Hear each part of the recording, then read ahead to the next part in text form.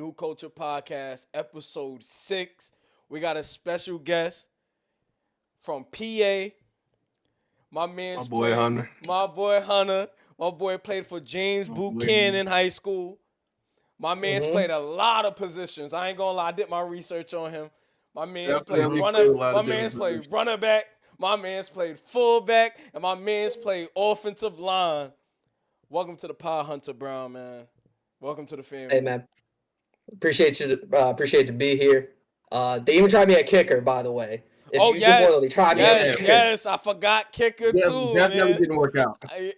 2 games. I said I don't want to do this. I used to be a kicker, but nah, man, I was too old for that. Yes, most So, definitely. For the people at Yeah, home, man, I'm Hunter, excited to be here. I'm super excited to be here. Happy to be here with y'all. for the people at home, me and Hunter have been good friends for a long time. You know, me and Hunter, we were friends about 5 years in college? Dude, if you think about it, man, we met in 15. It's 8 years. Yeah. We were Yeah, friends. We went to college together for 4 years, and we've known each other for 8 now. At this point, we played football together. Played a little football together. Yes, sir. Yes, we did. In And case y'all didn't know, Keith was a bit of a running back. He was a bit of a problem. Little bit, just a little bit though, not too Little big bit. of a problem, just a little bit. Yeah, But we shared the same running back room together, and they had Keith doing a little bit of everything. They tried you at receiver, didn't they? They didn't know I wore bit. glasses, so it was hard to see the ball until they got. It was hard to see the ball, yeah. Yeah, it's hard to see the ball a little bit. I'm crying. But yeah, man, and we lived together. We definitely lived together twice. My dog's banging 2 on the years. door right now. Definitely lived together twice. Both times chilling. Always had a good time. Always chilling. Got some stories. Got some We got some stories, especially the first go around. Probably should be on the podcast, but definitely got some stories. Let it be known that we're on multi-streaming right now on all different. We're on the Tube, we're on the Twitch, and we're also on the Kick. So most definitely, everybody tune in, support us. Let's get busy, man. Continue with your decision, Keith. I don't know if I'm the only one drinking, but I'm doing things a little different this time. Not, bro. You're not, bro. I got this little ass crown. You know, like I said. Come on, man. Crown Apple. Where'd you start that? Hey. I knew of it before I met you, but I mean, Keith really did put me on. Keith put me on. And now I do all the time. Hanging out, man. When did this happen? When did he put you on that? Was this in college? Yeah. Oh no, probably like 2016, yeah, 17. That sounds like something Keith would do. Facts. Okay. Yeah. No, you know what I mean? Don't put it on me. Hunter was a bad influence sometimes too. Don't put it all on me. Hunter was a bad influence sometimes too, man. I could be. Yes. But I just had a better way of like delivering it. I guess. Yeah, there it is. It's delivery. I was able to repackage it. Yeah. So to get to the good stuff, man. I see you got the jersey on. How long you been a Colts fan, man? That's that Andrew Luck. Oh, yeah, Andrew Luck, man. We definitely. Oh man, we let a good one go. To answer your question, Keith. Starting out, I was actually a little Cowboys fan. You know, my parents were Cowboys fans, so obviously that was me. Yeah. By the time I grew up, you know, I was like, I'm gonna pick my own team. So I actually liked the Vikings at first. Minnesota. But then those assholes traded Randy Moss, so I left. them, and then I bandwagoned right over to the Colts and Peyton Manning. And fortunately, the year I liked them was the year they won the Super Bowl. So, hey, I'm just saying maybe me liking them helped played a role. I don't know. Helped them win that Super Bowl, huh? So I don't know. Maybe I manifested it or something. Okay. Love that. And so you got the Andrew Luck on. Obviously, you're a Peyton fan. Who's big Peyton fan? Matter of fact, I got a big question, Keith. How did it feel when you heard that Andrew Luck was retiring? I know this is not part of it, but how did you feel when you heard that news that Andrew Luck was retiring from the Colts? Like, how did you take that news? Me? I mean, it was tough because especially when he was leaving the field for what happened to be the last time, he was booed and Which is the crazy. fan base did not give him the proper send off. crazy. I don't hold any animosity towards him. That man gave everything he had to the Colts organization. He would have been a GOAT. And that's Dude. a fact. He would have been a GOAT for Indy. That's what I do believe. You know, if it I'm not saying he's the best quarterback of all time, but I've never seen a quarterback come into a terrible football team and immediately make them a contender. I've never seen that before. Hell yeah. Especially that He was getting beat up. Especially I remember my first game I watched fully, but honestly that I really paid attention to was I think he was playing against who was it? I think it was Kansas. It was either Kansas or Houston, one of those two teams.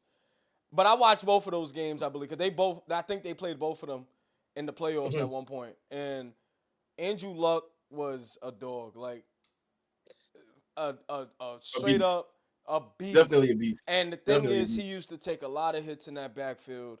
And it's crazy how towards the ending of his career that I believe that like I said, I'm not a Colts fan, but I do know the history where they didn't have an offensive line then, but when the year he retired, they actually ended up having an offensive line, which kind of like threw me off. Like, but he did say he was tired of being hurt. He was tired of getting hurt.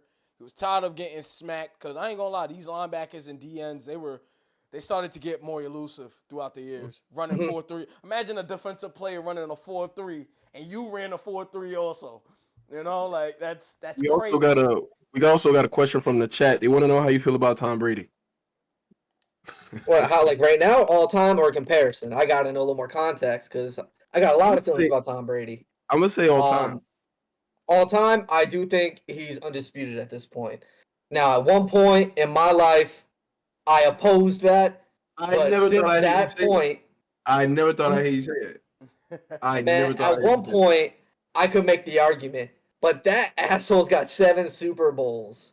The next most is 4 by Terry Bradshaw and Joe Montana. I have no hate towards that man. I'm gonna tell you something. It's funny because when Brady won that Super Bowl, not Seattle, but when he won the Atlanta Falcons Super Bowl, like when he beat the Falcons, that's when Brady got my respect as an all-time great. And that's me just putting my 2 cents in there. That's it.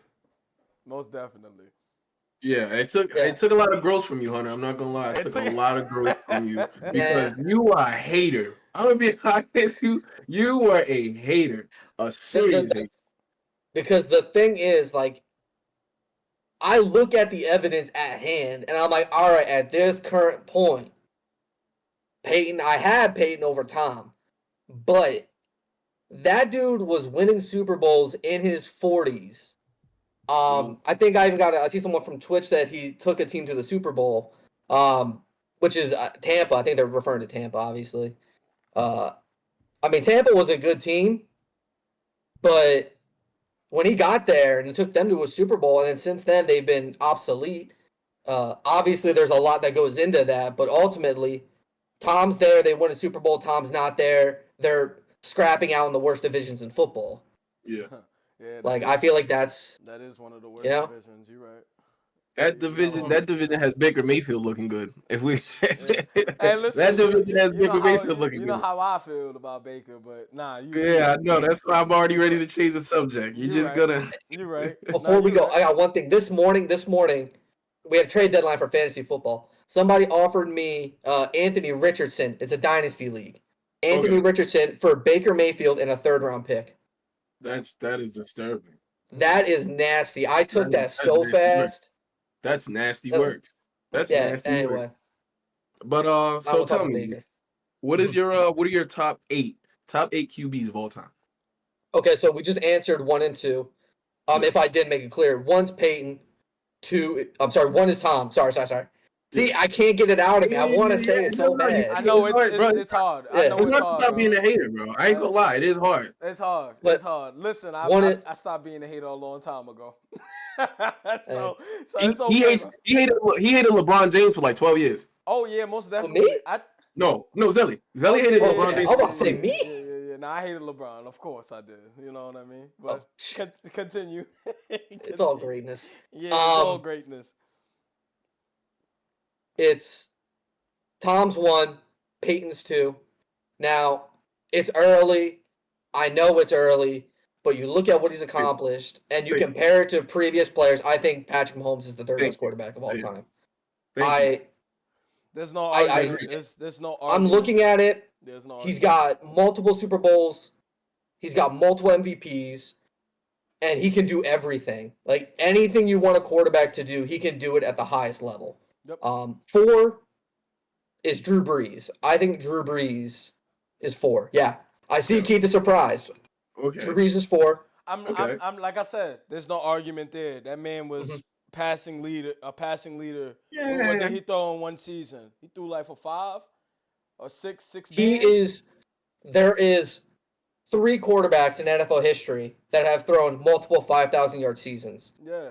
It is Tom Brady, I think Big Ben, and then Drew Brees. Yeah. Drew Brees has done it 5 times. I think he has the record. I believe he has the record for the passing yards. He had it. Who beat it? And then In a game? I believe Peyton broke it. And then I think Peyton still has it. I might have to check that. It was 54-76, and then I think Peyton took it at 54-77 back in 2014. Okay. Something like that. I could be wrong. This is just off the top of my head. It might have changed since then. But yeah. Then for me, 5 is Joe Montana. Ooh. Joe Montana. Joe. Yeah. Hell yeah. 6 is another guy. Another guy. I don't like. Mention? I don't. Huh? We're gonna have an honorable mention in this. I'll get you some honorable mentions because there's a guy I want to talk about. There's a couple guys I want to talk about actually. Okay. That didn't make it. We got it. 6 is a guy I don't even like him as a person, but it's Aaron Rodgers. A-Rod. I love Aaron Rodgers. Aaron Rodgers. Aaron Rodgers is a beast. Aaron Rodgers is a beast, though, man. You got to give it to him. But he is monster. Definitely an asshole, though. Yeah, nah, he is absolutely, dude. Yeah, I'm probably seeing his ass on Pat McAfee talking about vaccines, dude. It's like we're 2 years past that. Like we get it. You don't like vaccines. Anyway, whatever you feel about it. Anyway, great quarterback. Next 7, I got Dan Marino. Great quarterback. Great quarterback though. Phenomenal passer. Can throw the hell out of a ball. Who's your number 7? And then 7 was Dan Marino. Ooh, Dan Marino. Yeah, I ain't gonna lie. Dan Marino. I thought you was gonna miss out on him, but thank you. That's one of the quarterbacks. That's one of my that is one of my top 5s because he was a dog. But continue. I think comparatively speaking, his yards he threw would be like if someone threw like 6,400 yards today. Yeah. Like if you were to inflate it for what he did back in that 84 season, it would be like 6,000 plus. Also, somebody from the chat, said something else that I think drives Brady's narrative is Bill's lack of success since they broke up. So he's talking about Belichick, him and Belichick's breakup. And it does do a lot for his narrative because for a while there, we all thought that it had to be Bill. Like that Bill was the one that was kind of making this thing happen. I was even one of those people, I'm not going to lie, that was just like, because I was never that. Hunter can attest to this. We've had some terrible coaches in our college days. Yeah. So I always thought like maybe I could have been Tom if I had a Bill. But as you saw what he did with Tampa, keeping them competitive, not to keep switching the subject back, but he proved that it was just as much of Brady as it was of Tom. Sorry, Roselli. All right. Let me get my 2 cents in where I do believe that Bill was a great coach, but the thing is, what was Bill known for? Bill was known for his defense, not known for offense. A lot of people don't realize that. And then when you look at quarterbacks that are successful, that have offensive coordinators, look at the New England Patriots who won those Super Bowls as an offensive coordinator, as in Josh McDaniels. Boom. He's another one. He made him look so good. Tom made Josh McDaniels look freaking amazing. A genius. The same way how we think about who? Nathaniel Hackett. Nathaniel Hackett, just to get off, I'm just saying, Aaron Rodgers made Nathaniel Hackett look like what? A genius. Like, that's why I'm saying, like, you gotta give them their flowers. They're great quarterbacks, bro. Amazing. They build that offense around them, and I bet you these quarterbacks come out and be like, oh, let me put my 2 cents in and let's put this play in the playbook. Offensive coordinator. Okay. You think they be saying no? There's no way you're telling Aaron Rodgers no. Aaron Rodgers, no. Tom Brady, no. Drew Brees, you think Sean Payton created Drew Brees? Hell no. That was all Drew Brees, I believe, in my opinion. But do your thing, Hunter. I think it's a partnership. You can't have one without the other. Yeah, right? Most definitely. Yep. Now, like Tom Brady, for example, it's how many coaches are good coaches in the NFL, but they don't succeed and they fire because they can't find a quarterback. The first thing you have to do is get a quarterback. Once you do, we actually get to see the team in your vision. And since Tom's left, his first quarterback was Cam Newton. I love Cam, but like he was their starting quarterback when Tom left. Yeah. And it was I believe that was the offensive system. That wasn't Cam Newton's fault. Yeah, that system did not fit for Cam Newton at all. Yeah, that was the offensive system. I'm not trying to disrespect Cam by any stretch. I'm just saying comparatively, you go from Tom Brady to Cam Newton. Yeah. There's a bit of a drop off. Yeah. And then whereas when he went to Tampa, again, optics say Tom did an amazing job and he took him to a Super Bowl, which he did. But the year beforehand, Jameis Winston threw 5,000 yards and 33 touchdowns as their starting quarterback. The only reason why he left is because he threw 30 picks. A lot of picks will cost you your job, but the production was there. Yes, it was definitely there. But you know something? I do have something to pick at right there with the Jameis Winston. A lot of people give Jameis Winston a hard time off of his turnovers, but a lot of people don't understand that Bruce Arians' offense is all about the fly ball. It's not the dip, it's not the dunking like you know what I mean, dip and dunk. Just short pass, 5 yards, 10 yards, 5. No, he airing that shit out 25 yards. He did the same thing with Kurt Warner the year they went to the Super Bowl. They were airing that shit out to who? Larry Fitzgerald and Anquan Bolden. Continue, my boy Hunter. Continue. You was at 7 too, just to let you know. Yeah. Well, I'm gonna go back. I want to finish the list real quick. So 7 was Dan. My 8th best quarterback is John Elway. Again, that's a guy that not many underrated. That's underrated. Not many people really put him there, but like I'm thinking about like what he was capable of doing, what he accomplished, his production. Here's my thing. Someone just asked who's my number 8. But if you want to get into my honorable mentions, I got a spicy one. I think he's just on the outside of the top 10. These are guys that are fringe 9 to 12. Maybe some guys on the outside of the cusp of that. I got Steve Young. Oh! I like Steve. Damn, you should have had him in the top 8. I like Steve. I like Steve.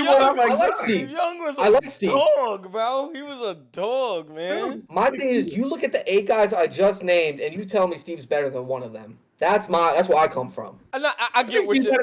I think Steve Young is better than John. Just because of the quarterback, the type of quarterback he was, and the hate that he used to get, that he couldn't stay in the pocket and throw the ball. Dude, he was that dude. So I would throw him at 8. But do your thing, Hunter. Okay. I'm getting pushed back already. No, you feel what I'm saying? It's okay, bro. It's okay. No, but it is your list. It is your list. It is your list. It's my list. It's your list. It's your list. Next, I got Warren Moon. Oh, okay. Yeah. Okay. I really liked Warren Moon. Okay. He played for a poverty franchise, so he didn't get a lot of success that he did.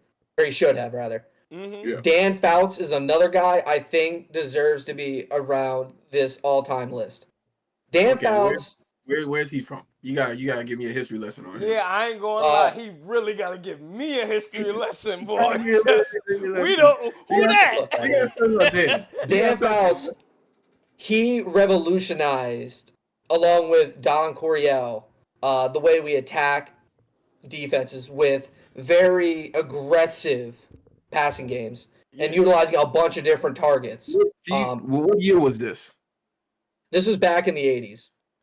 I believe late 70s, 80s. I'm surprised I don't even know him because I know some 80s players, but damn. They were the first team to start utilizing tight ends as a primary pass catcher. They were one of the first teams to ever do that. If your helmets had one bar, you're not in the list. He played the same time as like Dan Marino did. Yeah. Yeah, but Dan was the guy of his. Oh, we got somebody, and that's why Dan's above him. Yeah. I just don't know. I feel like there's a lot of other quarterbacks you could have given me. You could have given me. That one caught me from left field. That one caught me. You're not gonna like this one. That caught me. I'm not. Go ahead, go. I'm not. Y'all not gonna like this one. But a guy, I don't think he's top 10, but I definitely feel like if you look back at his body of work, what he accomplished, and what type of player he is, folks. I think Matthew Stafford. I told you it was a bullshit. Matthew Stafford is. I'm not. I know y'all don't like that, but he really has been an exceptional quarterback the majority of his career. His only flaw is he was drafted by Detroit. Look, I'm gonna tell you something if right now, Keith. If he wasn't in Detroit, let me tell you something, Keith. I agree with this man. I'm sorry. No, I need to drink now. See, y'all are the reason. I'm sorry. Y'all are the reason I drink on this podcast. Y'all are literally the reason I drink on this podcast. Maybe that's why I said Matthew Stafford. I'm sorry, bro. I have to give it to him about Matthew Stafford. Matthew Stafford was drafted by the Detroit Lions, and then on top of him being drafted by the Detroit Lions, who was his only target? One of the greatest receivers of all time. Exactly. So all I'm gonna say is, bro, look, you need to be a great quarterback to get it to one of the greatest receivers of all time. Honestly, we see it, bro. He fucking 6'5". But we see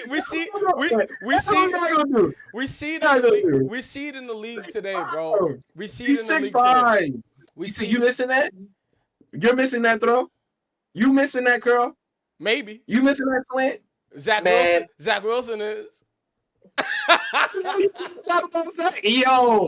Your Honor, I've been trying to tell this man about Zach Wilson. Sorry, see now the wine getting to me. I've been trying to tell this man about Zach Wilson since week 1, and he fought with me from week 1 to week 4 to week 6. Just give him time. I was just saying, give him time. That's all. Just give him time. Give him a offense that he could be capable of running, and let's see what happens. But it seems like it ain't happening. So it is what it is, and we ain't gonna go on to that. Episode 5, right? Episode 5? Nah, it was longer than that, bro. Episode. No, but we're on episode 5 right now, right? Nah, we're on 6, man. Oh yeah, keep. All right, so I'm keeping score. I'm keeping score. People on Twitch, we keeping score, man. We keeping score. 1-0. 1-0, Keith. 0 for Zelly. Keep going. It is what it is. Damn. Yeah, my bad. Damn, that hurt. Do your thing. That hurt.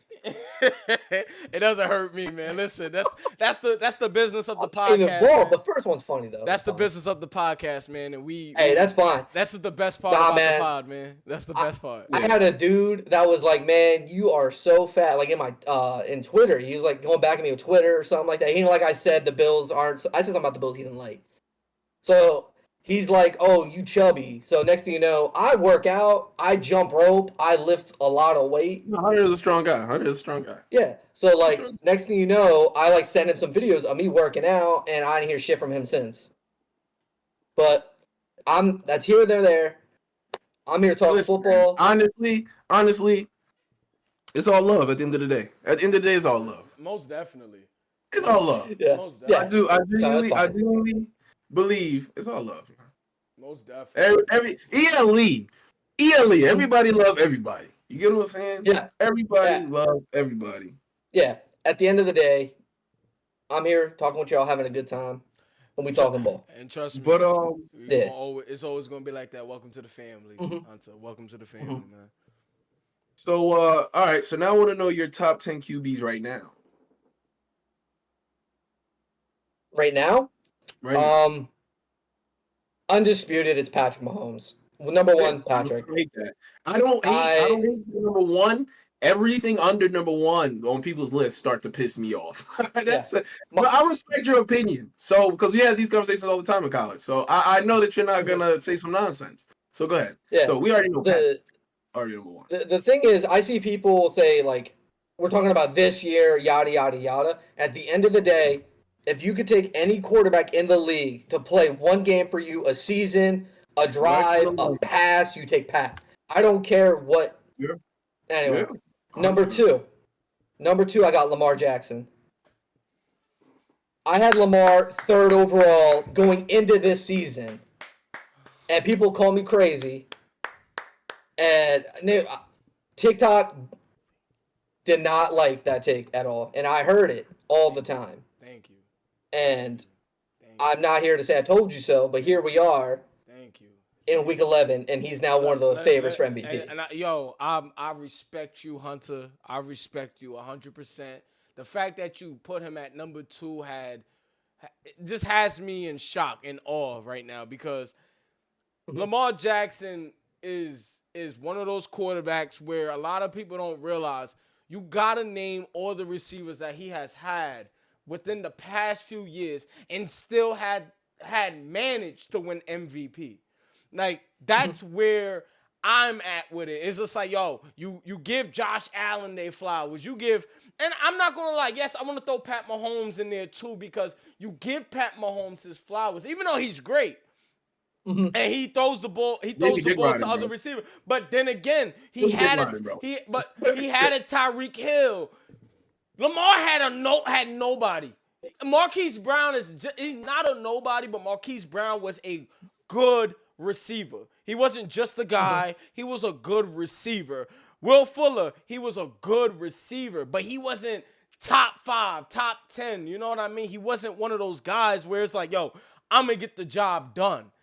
So I'm happy that you put him in his top 2. I believe that he deserved the top 2 right now, because what did I say the last podcast, one of the episodes? There's only 3 active MVPs in the league right now. Aaron Rodgers, Pat Mahomes, and Lamar Jackson. Go on, Hunter. Number 3, I got Jared Goff. Holy shit. Our best quarterback right now, Jared Goff. Well, this year? Okay. This year, we give it to you, bro. All right, better. I'm sorry. You know, I was about to get upset, but then I thought about where Detroit is and where they were 2 years ago. Take it. Yeah. The thing about Jared. We take it. Jared needs help in order to be good. But when he has it, of course. When he has it, that team is scary. That offense is dangerous. He needs the help. Lamar can, function on his own. Yeah. Jared Goff, he needs time in the pocket. Yeah. I mean, not necessarily like great receivers, but like he needs guys in front of him to give him time. I'm going to piss a lot of people off when I say this. When we get to the playoffs and the Cowboys have to go down to Detroit and play in that stadium, Jared Goff's going to bust their ass. Jared Goff is going to bust their ass. 100%. 100% believe it. Jared Goff been to a Super Bowl, y'all. I know the chat is probably is like in shock about this, Jared Goff. If Detroit, if the Cowboys have to travel all the way down to Detroit and play in that stadium, the Detroit win. They gonna get that ass up. Yeah, the Cowboys will lose, and it's sad to say it. I know Cowboy fans are out there, but Cowboy fans, I'm gonna be honest about your team. There's times where they play a team who they should beat, and somehow they come out short. So that's where it really matters right there. But Jared Goff, there's no argument there. Jared Goff is a good quarterback. He is not just a guy, a jag. So continue. Number 4, I got Jalen Hurts. Okay.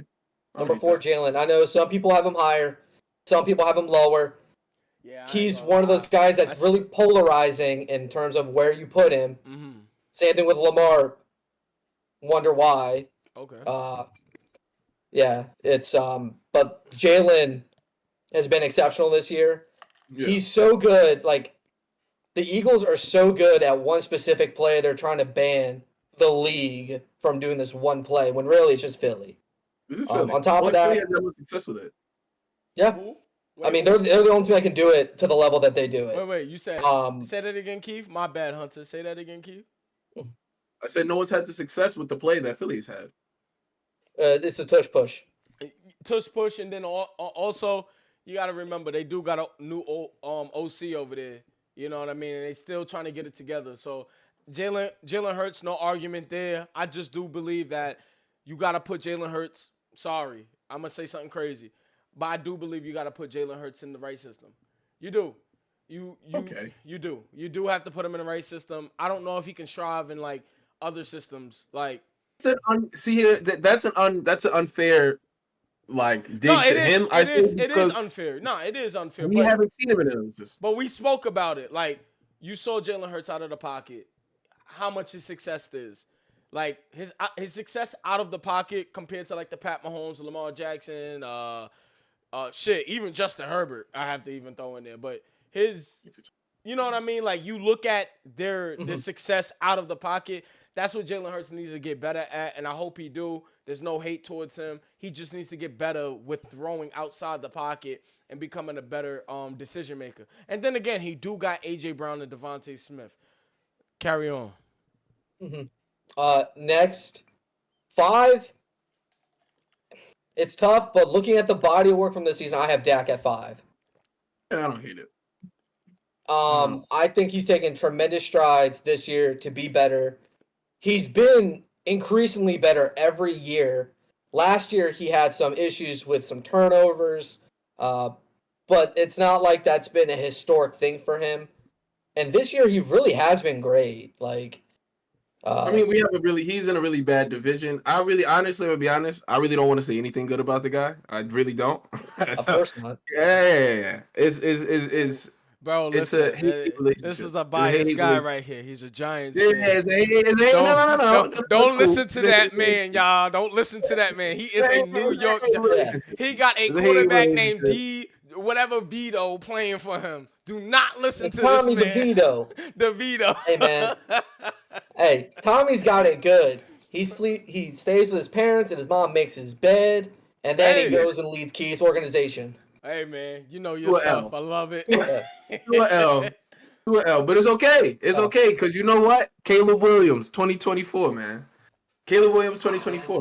We'll see. He going where? Caleb Williams, 2024.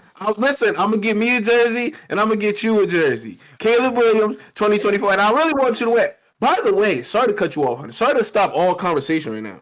Happy birthday, Zell. Happy birthday. How was your birthday? Happy birthday. Everybody's birthday was yesterday. Yeah, you know what I mean? He wasn't paying no attention to me when I was trying to get this pod together. He was out there enjoying his birthday, so I ain't even mad at him. Not even mad at him. Great. You know what I mean? I was left on red. You feel what I'm saying? Like a side chick. It's cool though. It's cool though. I get it. Just sorry to be off topic, chat. Listen, I had a great time on my birthday. It was my 27th. I spent my time with my girlfriend. We had a great time. We went out to an Argentinian place. Had a lot of sausages. Pause. You know what I mean? That's why I paused it. You know, I know y'all crazy out there. I know y'all gonna look at it. Might be a clip. Who knows? But you know, like I said, man, she was amazing. She treated me right, and treated me right. And then let me tell you something, bro. Like I said, we're going off topic here. We went to the movies. Like I said, I'm grateful for her. We went to the movies. We went to go see a 40X. We went to a 40X movie. We went to go see Hunger Games. And let me tell you something. That was my.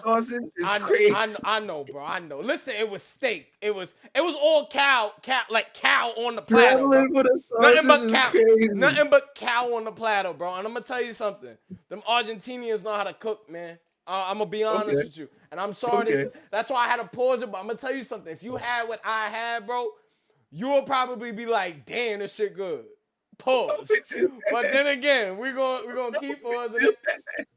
We're gonna keep pausing it. But like I said, thankful for her. We had a great day, and like I said, all right, Hunter, back to you, man. Back to you. Sorry, man. He caught me off guard with that. No, you good, bro. You good. Hey, happy birthday. Going back, 6.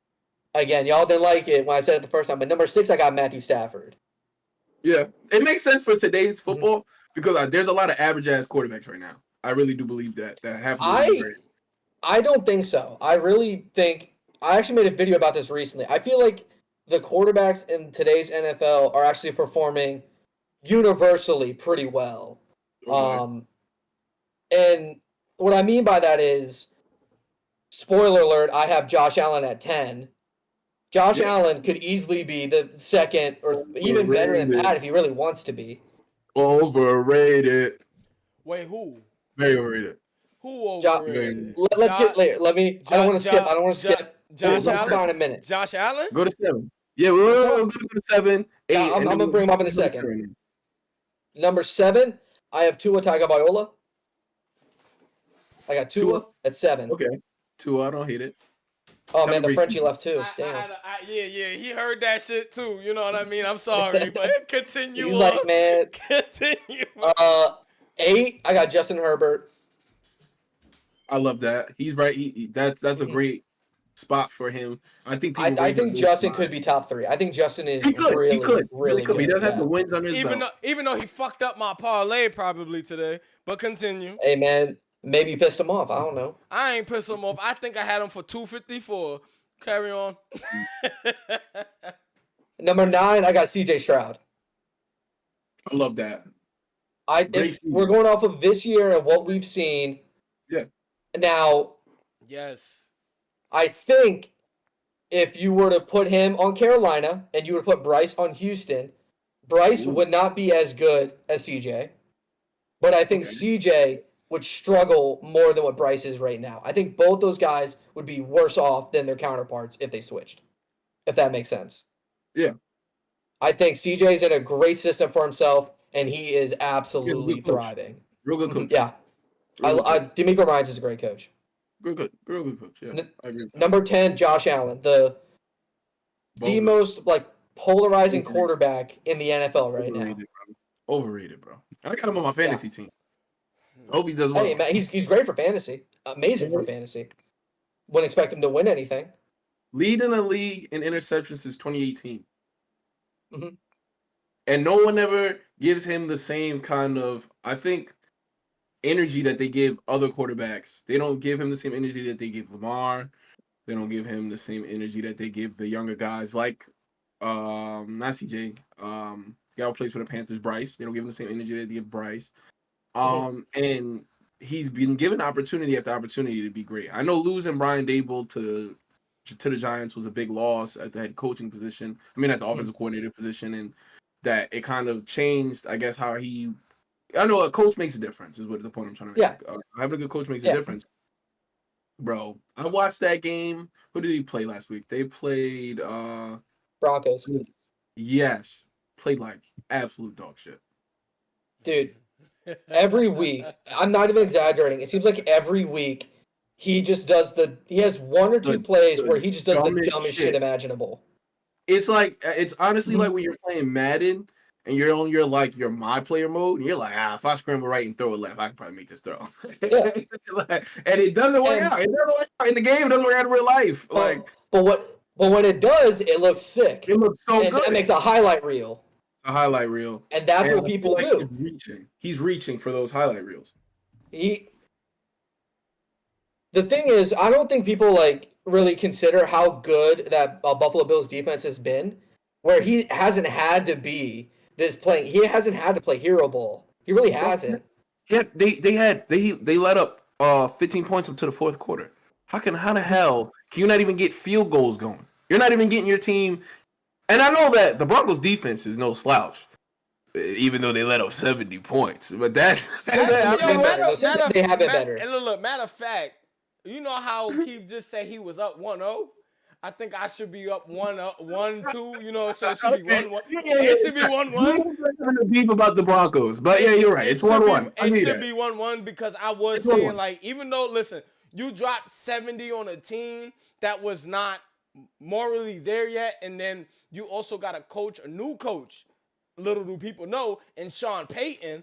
It's like, okay, we're trying to get a system implemented. Yes, they had a training camp, but then again, you look at that team and see the pieces that they do have in Patrick Surtain and the linebacker back there, and the DNs on the line and everything. Those guys over there, they can win games. Not saying Super Bowl contenders, but I am saying they can win some games and probably fight into the wild card. Maybe. Just maybe. Dude, I called the second go-around when the Broncos played the Chiefs. I put money on it that the Broncos are going to beat the Chiefs. And again, people were calling me fucking crazy. But that team has been a different team since they got blown out 70-20. That team has been different. Yeah. If I'm not mistaken, they've won, I think, was it 3 or 4 straight? Three. I think it's 3 straight, if not 4. Yeah. I can't remember exactly. Yep. And they've had some pretty impressive wins. Mm-hmm. One of them obviously being the Chiefs. A big divisional game, too. And they played well against the Chiefs the first time. Yeah, they did. That's why I felt good about it. Because they were getting better, and they already gave them a tough look. Oh, yeah. Most definitely. Mm-hmm. And I think in the NFL, some teams match up well against other teams. It's just... Especially when you're in the same division, I think those division games never really can be a blowout. Yeah. Or just like... Because you're used to playing these guys. You got a lot more animosity, towards them. You've seen them twice a year. Other than New York. What do you mean? Other than New York. But continue. What do you mean? Bro, what are you trying to say? Didn't y'all get smacked again by Dallas? What's the overall scoring? It's like shit. Which one? Which game? 80? It's like 80 something, right? Yeah, 40-0. Brought for you by Cloud Bay. It's a New Zealand wine. It's really good. It really, when you're having those struggles through that Sunday, you can sponsor all you want. New York just letting you down. This will take the frown right away. I promise you. You can sponsor all you want, bro. New York ain't it. Real quick, I want to talk about division football again, and I want to talk about Josh Allen. Here's something that I feel like is really, really funny.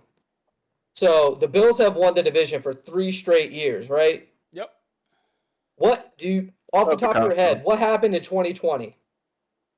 Who left that division? What was it? New England? Who left the Patriots? Who left the Patriots in 2020? Oh, Tom. Right.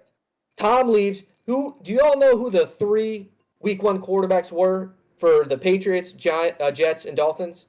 Don't worry, I do. All right. Cam Newton, Sam Darnold, Ryan Fitzpatrick.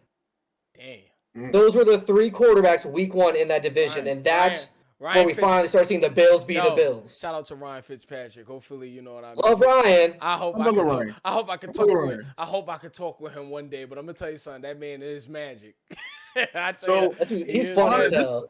Just so you know, Zelly loves those like trash ass win you 8 games, sneak into the playoff quarterbacks. Like the guys that you're like, not even the fucking underdog. You're trying to say to yourself, how the fuck did they even make the team? Like out of all the quarterbacks you got, why are they on the team? But they make it happen and they do some amazing shit for like 3 weeks, and then they get to the playoffs and get absolutely destroyed. Zelly loves that shit. So wait. Before we continue on with my guy Hunter, how do you feel about my guy Sam Howell? Because I have faith in Sam. How you feel about Sam Howell? Because he is leading the league in passing yards. So how you feel about him? He's actually an honorable mention for my top 10. He's having a good season. That's one of the few times I felt like I was wrong. Side note, who's that? Casco? The Giants are playing today? Yeah. Giants have a good coach, and they don't have a bad roster. I don't know why they suck as badly as they do. I don't know. The same way how the Jets suck right now. They have no faith in Daniel Jones.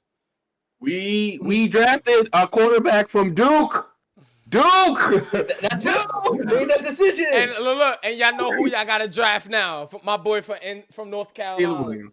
You know who? Caleb Williams, bro. We're not We're not doing this basketball shit no more, okay? We're not doing that basketball school shit no more. Hunter, you know who I'm talking about, right?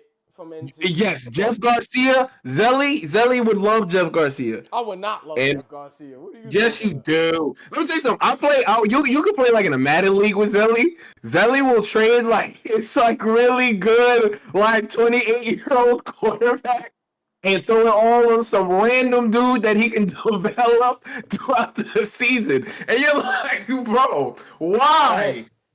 Well. While we're talking about those, think about like the Josh Dobbs and the Geno Smiths, guys that have been in the league and have not given an opportunity or were not in great situations. Thank you, Hunter. Thank you, Hunter. First off, Josh Dobbs is also honorable mention top 10 for me. Yeah, he's a yo. You know something? What he's done this year is so impressive. It is impressive. Yeah, he's winning games. I think he's good, but come on. Like, let's be realistic. He's playing really well. This year, he is right about that. He's right about that, bro. He's only played like 7 games altogether. Name another bro. How many games has they been without practicing? He won a game with a new team without even practicing. How many quarterbacks can do that? That is in of itself one of the most impressive things I've ever heard. Ksweat, how many quarterbacks could do that, bro? Think about that. How many quarterbacks could do that? You don't know. You don't know. But there's 32 quarterbacks, right? Okay. That are in the league right now. Okay. There's no way you're gonna sit here and tell me a guy that's only started around 6 games. Okay. Is better than 31. Well, yeah. Well, at this point, he started 9 but played 10 this year. Exactly. That's the whole point, bro. That's the question. Who is your top what? Your top 10? I don't know, bro. Is it your top 10 quarterbacks of this year? You gotta throw Josh Dobbs in there because you want to know why? I'm gonna tell you I'm gonna give you my 2 cents again. Josh Dobbs, he played for the Arizona Cardinals. Even though the Arizona Cardinals was 1-6 with Josh Dobbs. Think about this. They traded that man. Look at his stats. The Vikings had faith that they're like, yo, honestly, what could Josh Dobbs not do that Kirk Cousins can do? What? Honestly, think about it. Here, no, okay, so I'm going to cut you there. Kirk is infinitely better than Josh, okay? I'm going to cut you there. We understand that, but I'm going to cut you there. But look, who's the offensive coordinator over there? Who's the offensive coordinator over there in Minnesota? Think about it. Who do you think is Hold on, who do you think is better? They said Justin Fields or Josh Dobbs this year. Oh shit. That's crazy. That's Josh. Just because he's winning, bro.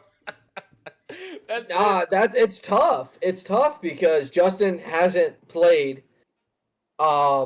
He's been out for quite some time. For me, if I had to choose between one or the other to have, I would take Justin. I'm a huge Justin Fields supporter. I don't think they should trade that man. I think he's really like something. If we don't get Caleb Williams, he will be in the blue and white. He will be a Giant. You can speak it into existence. I'm hoping that it works out. He's not gonna be. He's not for your sake. I'm not gonna lie, fuck off, Billy.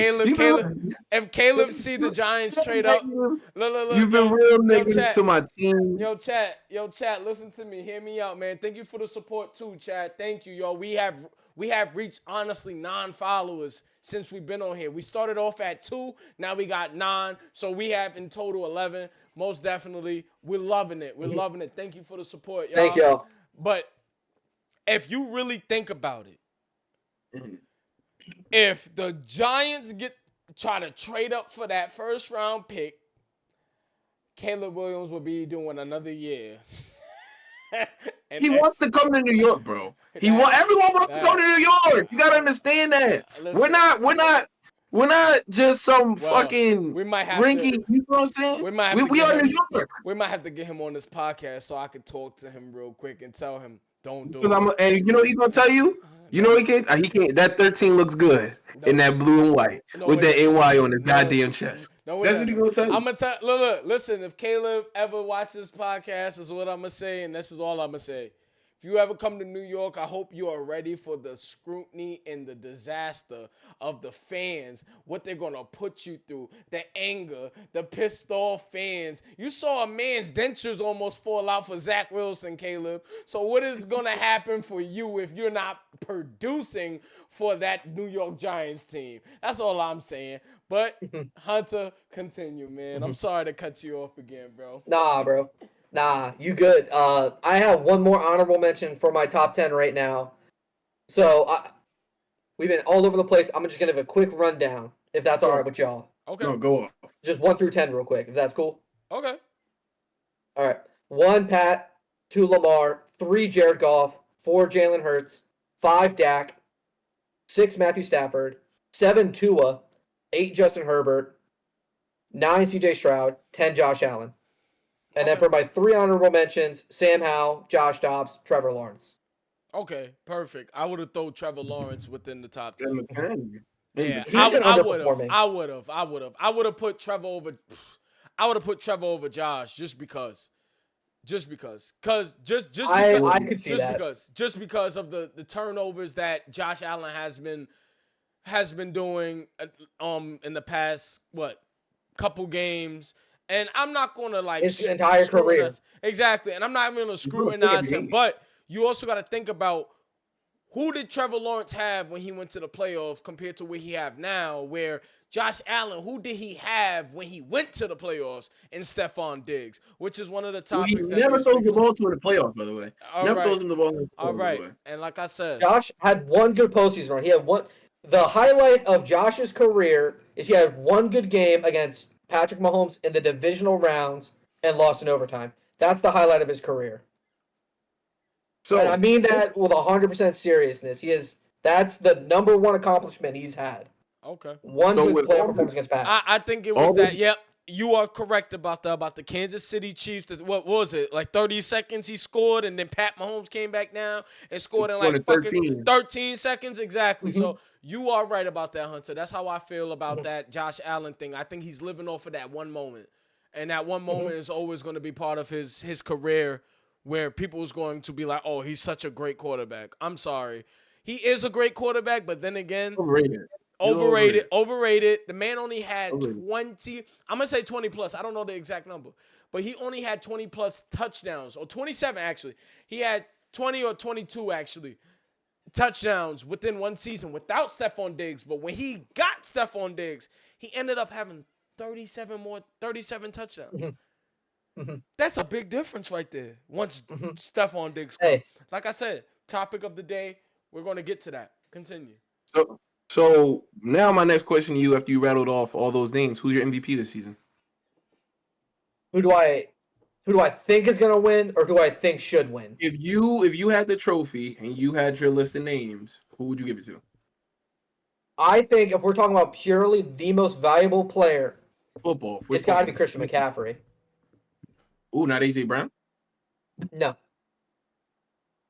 I think that offense could sustain and operate without AJ at any elite level. I still, not to say his production isn't immeasurable, and not to say he's not an elite player. I'm talking about value and what they bring to the table. Now, this is why it's a quarterback award, because ultimately, if a quarterback leaves, I was about to say that with you, and I do have a 2 cents where they should kind of fix that award. The MVP award should be fixed. It should change something else. And honestly, they should add an award.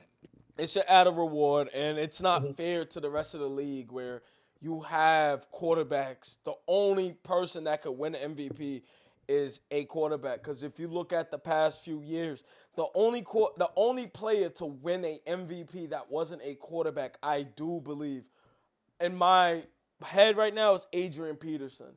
That's what I believe. If I am correct, I think the best running back to ever play football, and won it after tearing his ACL. So again, the only player I believe that only won it at that time was a running back. So continue, Hunter. Sorry to cut you off again, man. Nah, you good. I mean, that's what I was about to say. I think it needs to be addressed. Because at this point, we're going to get one non-quarterback every 10 years. Yeah. Which is not fair. I guess it's value, but it's about value. But I mean, you pick any random team if they lose their quarterback. If Kenny Pickett goes down for Pittsburgh, they might lose some games. Kenny's value to Pittsburgh is really high, and he's not that good. For Pittsburgh, for instance of what you're saying, so that people could get, we paid millions to Daniel Jones. We paid Saquon Barkley $10 million. 40 million. We don't need to go into specifics, Zelly. Thank 40, you. 40 million a year. 40 million. How much? Boy. We lose Daniel Jones, Yeah. who's played like shit all season. We're still in the same boat. We're winning more games, about to win. Hopefully we win today. Hopefully we really don't want to win today. But we are not. We are just as good with him than without him because of Saquon Barkley. Saquon Barkley is the best player on our team. Mm-hmm. I think he's second best. He's the best offensive player. Who's the best player? I think Dexter. Oh, yeah. Okay, Dex, yeah. I think Dexter. Okay, Dexter is... No Dexter Lawrence is really good. But Saquon is also very good. Yep. I thought the Ravens should have traded for Saquon personally. Remember, actually, I have one of my pods that I did say Baltimore should have went and got him, but I see that they have faith in Gus Edwards, and I'm sticking with Pretty sure they weren't offering enough. Yeah, because why would you give up? We only got a year left. Why would you give up a lot for a running back? That's going to hit the free agency, of course. Yeah. Why would I give up? I would have gave a 4th, 5th, but other than that, I ain't giving no second. We're not talking about fucking Zach Moss here. You know what? Some fucking 4th and 5th. At least a second and third. You see? That's why we didn't do the fucking trade. That right there. The Giants don't want him. That's the thing. The Giants don't want him. Exactly, why is he worth that much? It's a running back, bro. If you look at the past couple years of running backs, look at the draft picks that running backs usually get offered. They don't get offered shit because they get banged up most of the time. You know what I mean? It's damaged good. It's damaged goods. For y'all piss me off, I'm going to the next question. Do your thing. So, oh my God. We all at some point, we all have to go at this difficulty, walk down this sad ass road. But life without football. How is life after football, man? I mean, I miss it, and I'll make TikToks about football. Like, that's how bad it is. Yeah. It's tough. It really is, because, like, you guys being athletes, you get used to the routine. You get used to waking up when you don't want to. You get used to being sore all the time. You get used to having to get something done at a certain time because you have to go work out or you have to go do X, Y, and Z. You have to eat a certain way. And you know what I miss, Hunter? I honestly do miss walkthroughs on Fridays, I do too. Or walkthroughs on Saturdays. Like, I miss it completely. They were the most useless thing on the planet at the time. But I miss it now. Everybody used to be in there fucking around, bro. I know I did. Yeah. I did. Yeah. I never took it. It'd be cold as shit, snowy turf. And I'm like, bro, I know what I'm doing on a dive. Like, I know who I'm blocking. We've spent months on this. I miss it, man. I'm not walking. That was the best. Honestly, I would say for me, I do believe that was the best part of football. It was that walkthroughs and Mondays when you go through what's it called? Film. That was film day for us. Mondays was film day. You look at film, see how y'all played on Sunday, even if you played like shit and you got laid the fuck out.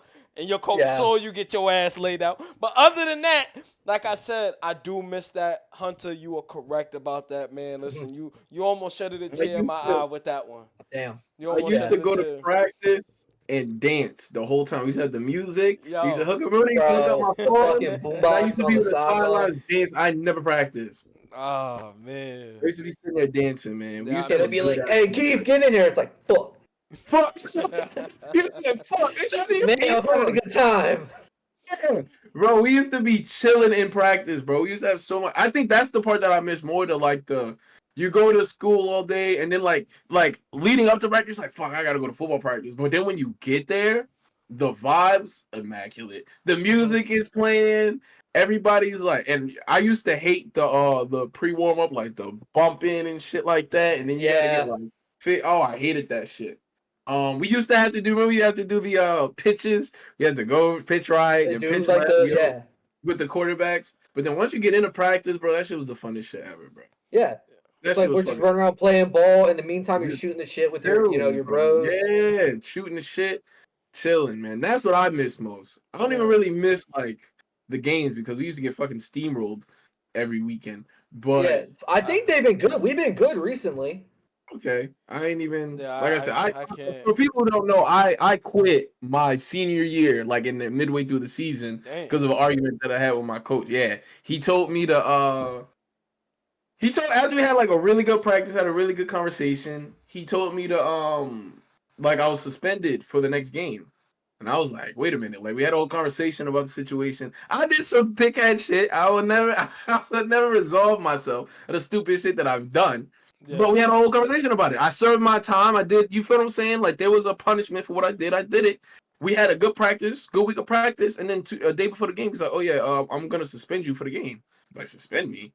He's like, yeah, we can't have, you feel what I'm saying? I don't want anyone else feel like you're getting special privilege. Which I think it was, I don't know if I'm going to say his name. I think it was Jake Woods who went there and still felt the way about it because he's a female dog. And I ended up getting suspended. So when he told me I was suspended, I said, you don't have to worry about suspending me. I'm good for the rest of it. I'm cool. I quit. My thing about that more than anything, there's a way to do it. And why do it on Friday when the game is Saturday? Yeah, You got could've done it family earlier. that's Yeah. traveling and making plans. And now you have to tell them, hey, don't come tomorrow. Don't Scratch come. tomorrow. I'm not playing. I'm not playing. I got suspended. How stupid I look telling my don't come. Like, yeah, I got suspended. Yeah, You got you got suspended. friends, family, people that want to come see you. You got And then they suspended. wait till the last day. Nah. I said you ain't got to worry about it. I'm gonna hang my shit up and never come back. Then after the game Saturday, I'm getting the phone calls. I'm getting the text. Yo, coach really need you to come back. Coach really need you to go. Fuck out of here, Nah, man. let me get my 2 cents in there. Like I do feel like it's like that in college. Like a lot of former athletes, maybe some of them that haven't made it to the next level, but some of them that did made it to the next level, they can tell you like, yo, honestly, there is some type of like issues within the college, athletic department. Some of them want you to do certain things that you don't want to do. Some of them suspend you for the most unnecessary shit where it's like, yo, listen, we can speak about this, we can go on, this, that, and the third. I had an issue where I was a defensive back, I was a field corner. He was a beast. I was an You'd be issue. humble. I won't be humble for him. He was a beast. Listen, like I said, I wanted to talk about the story. I honestly was a problem. I'm not even gonna lie. Like I look, I want to be humble, but I was a problem at defensive back. I would say that coach wanted me to gain a lot of weight. He wanted me to gain weight. He wanted me to gain muscle, and coach wanted me to take enhancements. I'm not going to say what I want to say, but he wanted me to take enhancements to gain that weight. And I remember I went home, I went to the dorm and I called my mother and I was just like, Mom, they want me to take enhancements and my mom was just like, do it. I'm like, wait, what? Yeah, I'm like, Ma, and I'm like, what do you mean, do it? I'm like, Ma, like, come on. Funny as hell, dude. I'm like, exactly. So I'm like, come on, Mom, and she's just like, do it. I'm like, Ma, I don't think that's not me.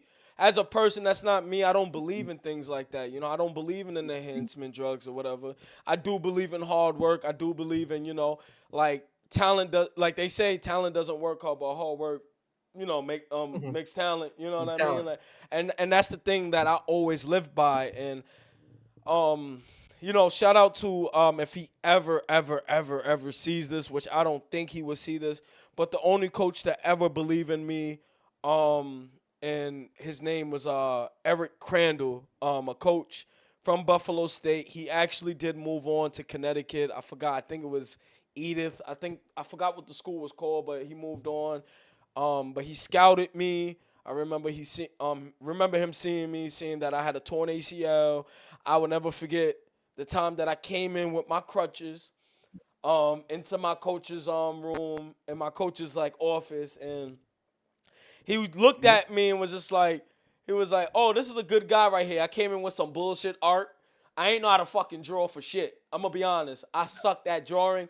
So, I just came in there with some drawing. He was just like, Zelly, that's some bullshit drawing. I said, listen, I tried my best. But to continue on, coach said, listen, send me your highlight film.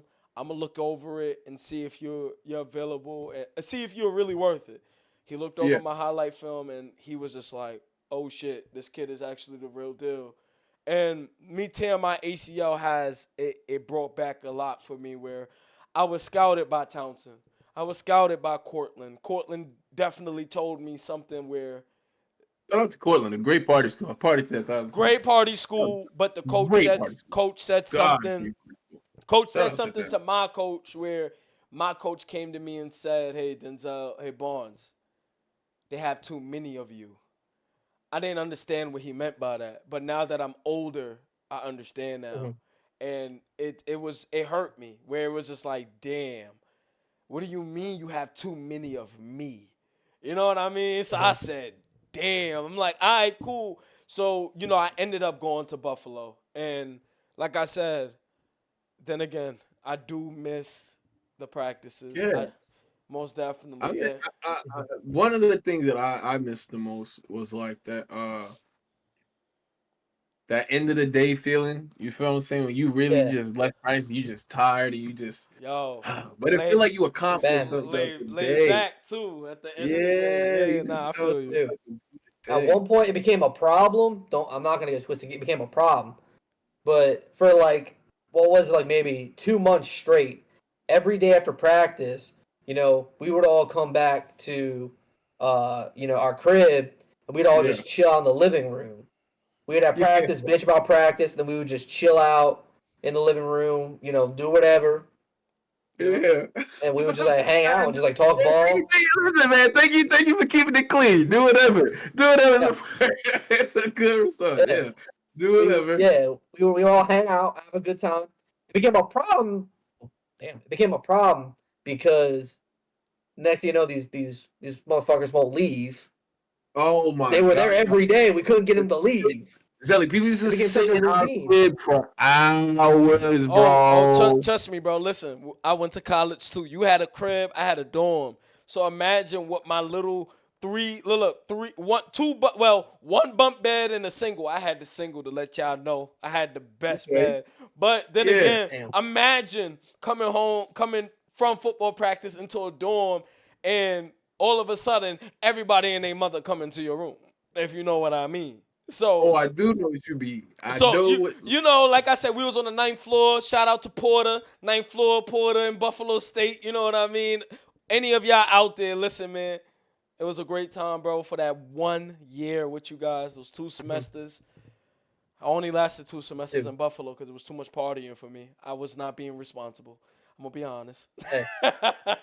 I had a roommate my first year. My first year when I went to college with Keith.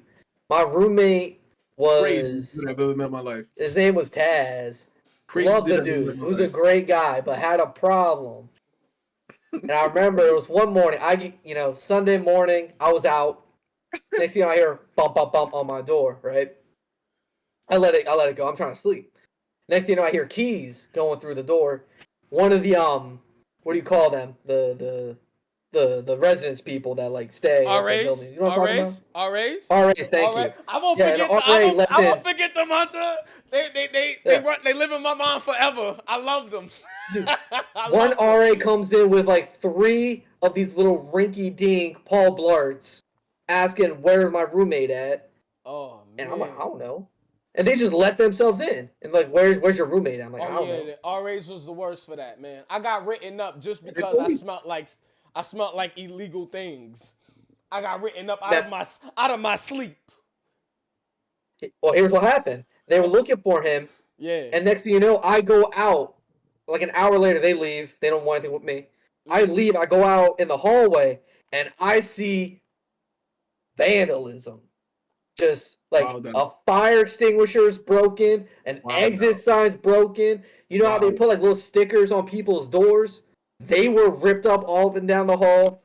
And I'm like, all right, I guess this is what my roommate was up to, maybe. And you got in trouble for it. So I got in trouble. They just ruined my Sunday. So you gotta remember the night before this, we all at the football house. You feel what I'm saying? I'm not saying that that there was alcohol involved. You feel what I'm saying? But people were intoxicated. His roommate, the man that he's speaking about, looks at me and says, It's like a group of us. Looks at me and says, "How hard do you think that wall is?" I said, "What?" He said, "No. How hard do you think that wall is?" I said, "Taz, it holds the house, brother. Like it ain't. You feel it? Like It's not meant to be broken. It ain't. You know, so they look. Now you got my dog barking. So he goes, I bet you, I could put my head through that wall." I said, "Do it, do it." And All right, Lazelli. Yeah. 2.5 seconds. This man looked at me and ran his face through the wall. Not his body, not his shoulder. He took his face, ran it straight through the wall. It was in the living room, by the way, where everybody was hanging out. Successfully. Middle of the party. I miss Taz. Middle of the get-together, sorry. I miss Taz. He was very different. I love Taz. I still reach out to him every now and then. He was definitely different. Shout out to Taz. He's doing great. I don't know if you knew this. He ended up, I think he got a master's degree. Ooh. He got an art. Love master's it, in art. Love it. Oh, good for him. We support education over here on New Culture, just to let y'all know. Man, it depends. Bro, hey, where he was to where he is, it depends. amazing. It depends. But yeah, man, that's just a little throwback that we had to our college days. Me and Hunter did throw a party one time. Well, I threw a few parties. Hunter never really indulged in the parties that I used to throw in the house, but he did one time, and that was probably the most fun I think I've seen since freshman year. Hunter had. Hunter was very, very, very drunk. Drunk Hunter, very fun Hunter. Yeah. But my first year I went to a different school. Yeah. And you know, your first year in college is a learning experience in many ways. Tell me about it, Hunter. Tell me about it. So that was my first year. I went to one school and then I transferred out. So I was a little different. I was a little more responsible and conscious. Except one time. It took a lot of, like, I would say, consistently asking him to drink with me. It was a lot. We lived together and rarely drank together. Like, the first time we lived together, it literally took to like the end of the football season. I'm like, bro, one drink.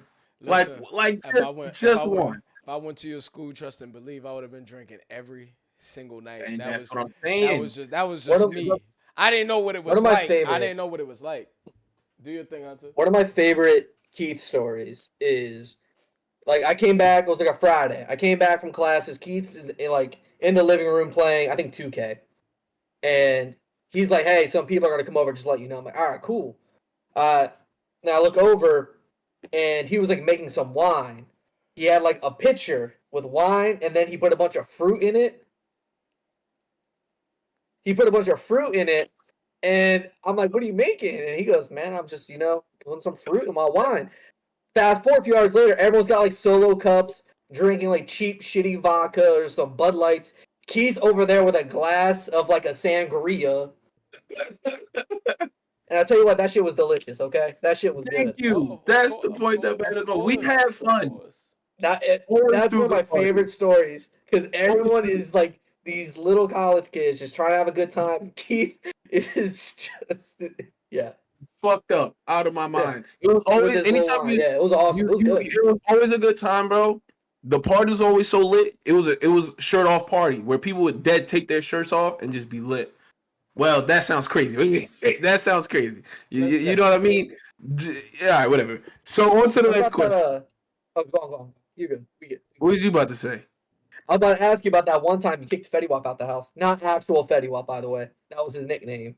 That was his nickname. Yeah, I had to kick a few dudes out the crib for being low. You feel what I'm saying? A little handsy. Mm-hmm. We represent consent here on the new Culture Pod. New Culture Pod is definitely all about consent. He was acting crazy, a little weird.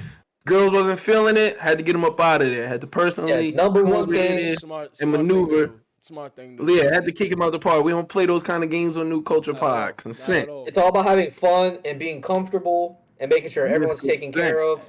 You can't have people with an agenda doing some shit. Most definitely. Now, on to the next question.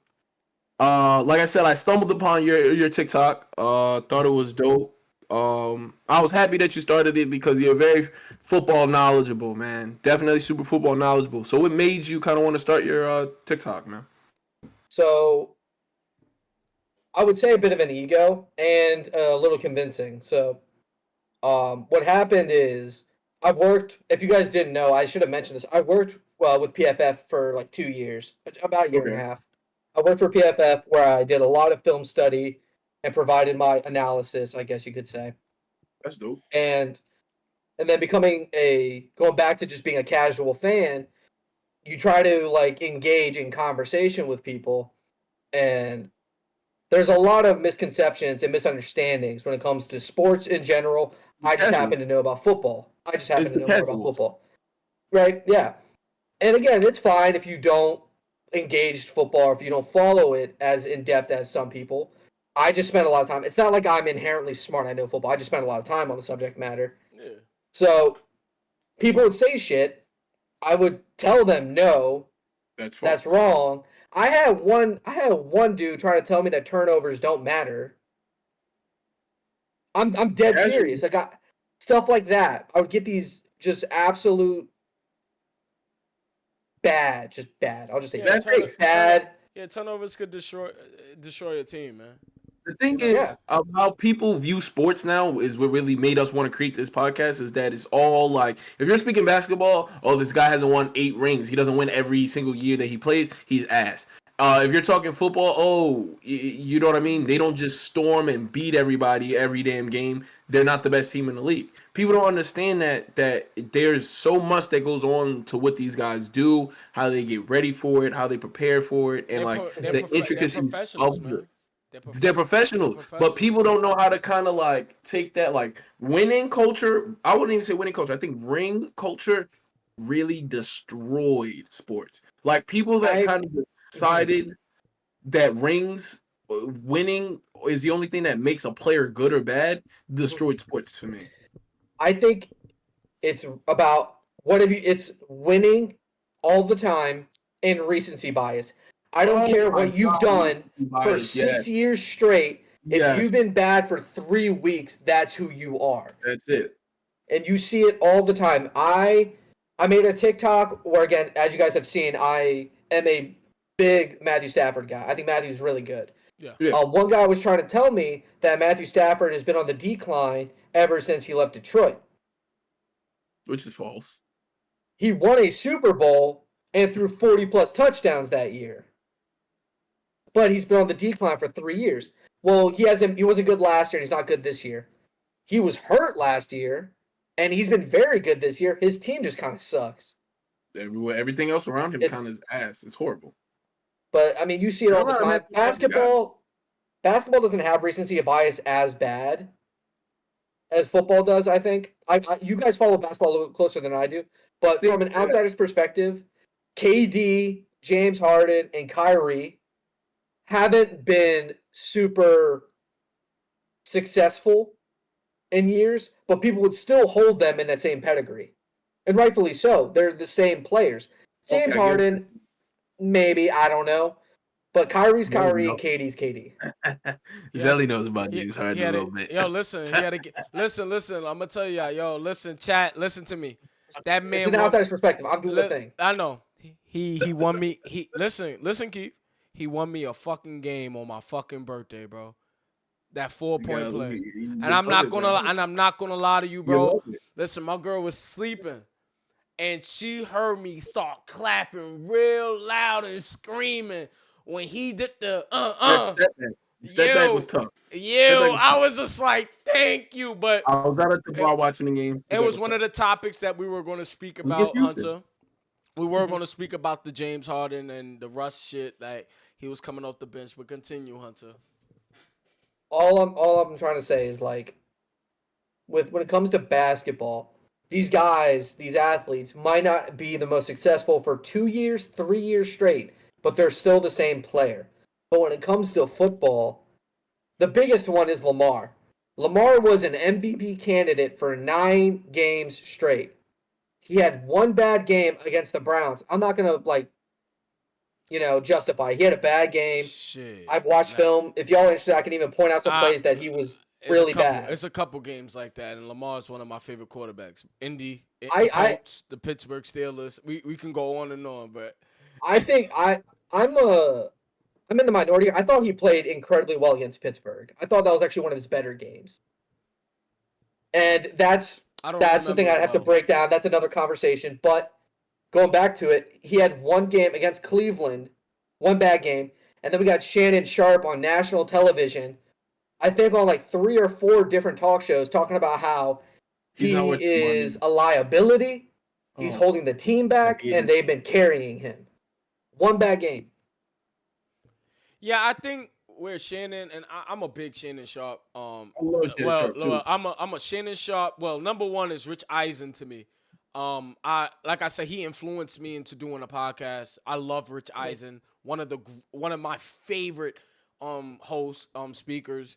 But Shannon Sharp is my second, and the thing with Shannon, I like Shannon too. Yeah, the thing with Shannon is he does have a point where, you know, look, he's an analyst, and he analyzes the game based off of what do you do to cause your team, which is, for example, Lamar has turned over the ball, and I'm a Lamar fan, but he has turned over the ball a couple times.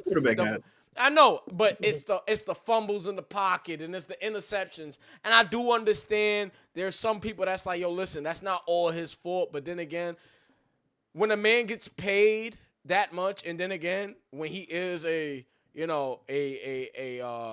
black quarterback too at that, you know what I mean? Like, those things is just, it's going to be a lot of scrutinizing. I don't know if you can. Here's the thing. You can't. You're 8-3. You're number one in the AFC. You're poised to, with the defense that you have, to really win the Super Bowl. Mm-hmm. I think, like I said, I think the best team in NFC is between the 49ers and the Eagles. If you play the Eagles, I think that they beat the Eagles. 49ers, I don't know. I think that is a big question. But but to my point is this, that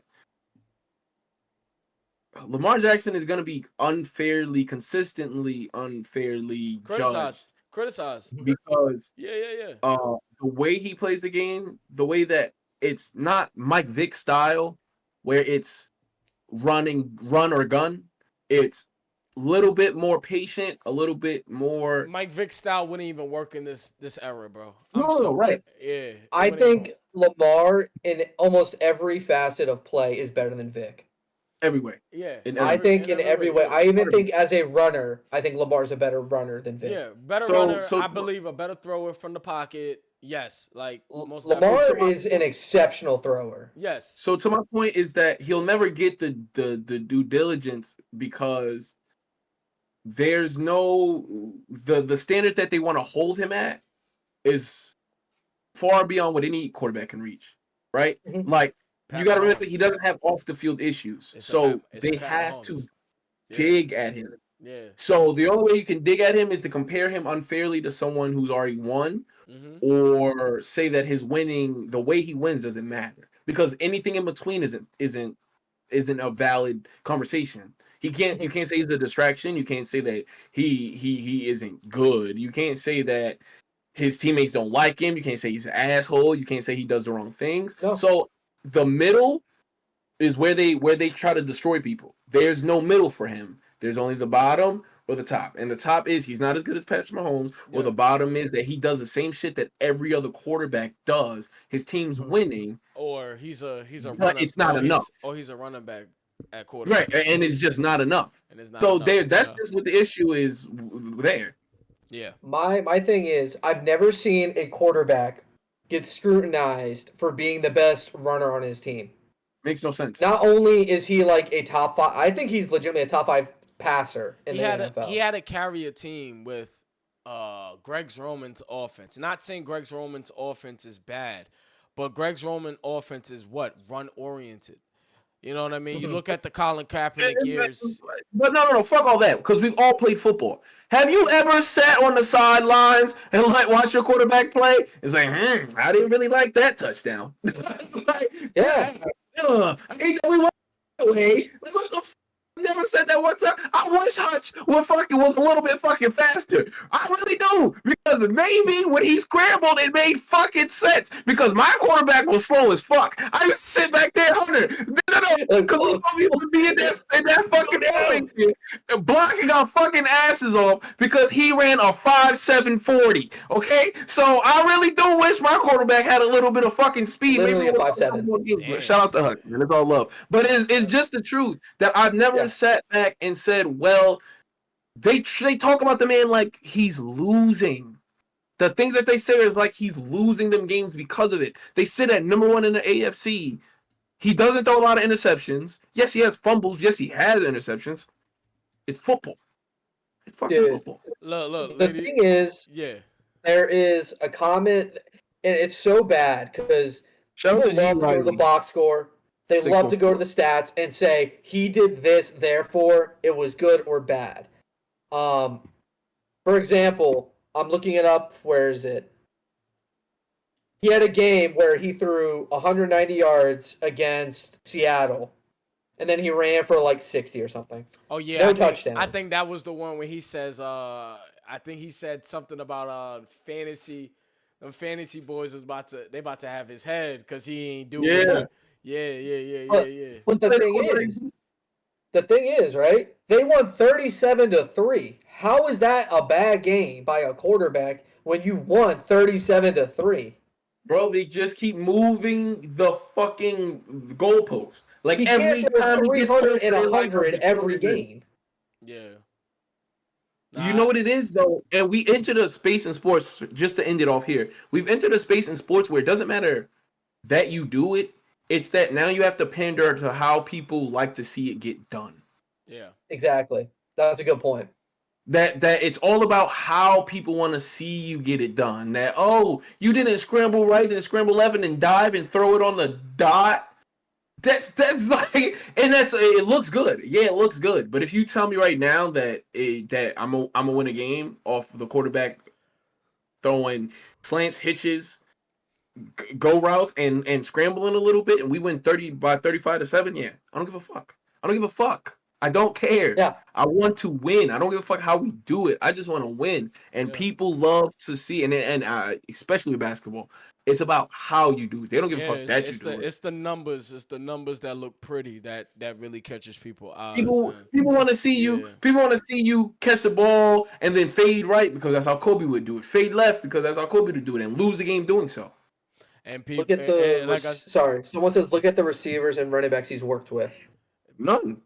I should have tried out. None.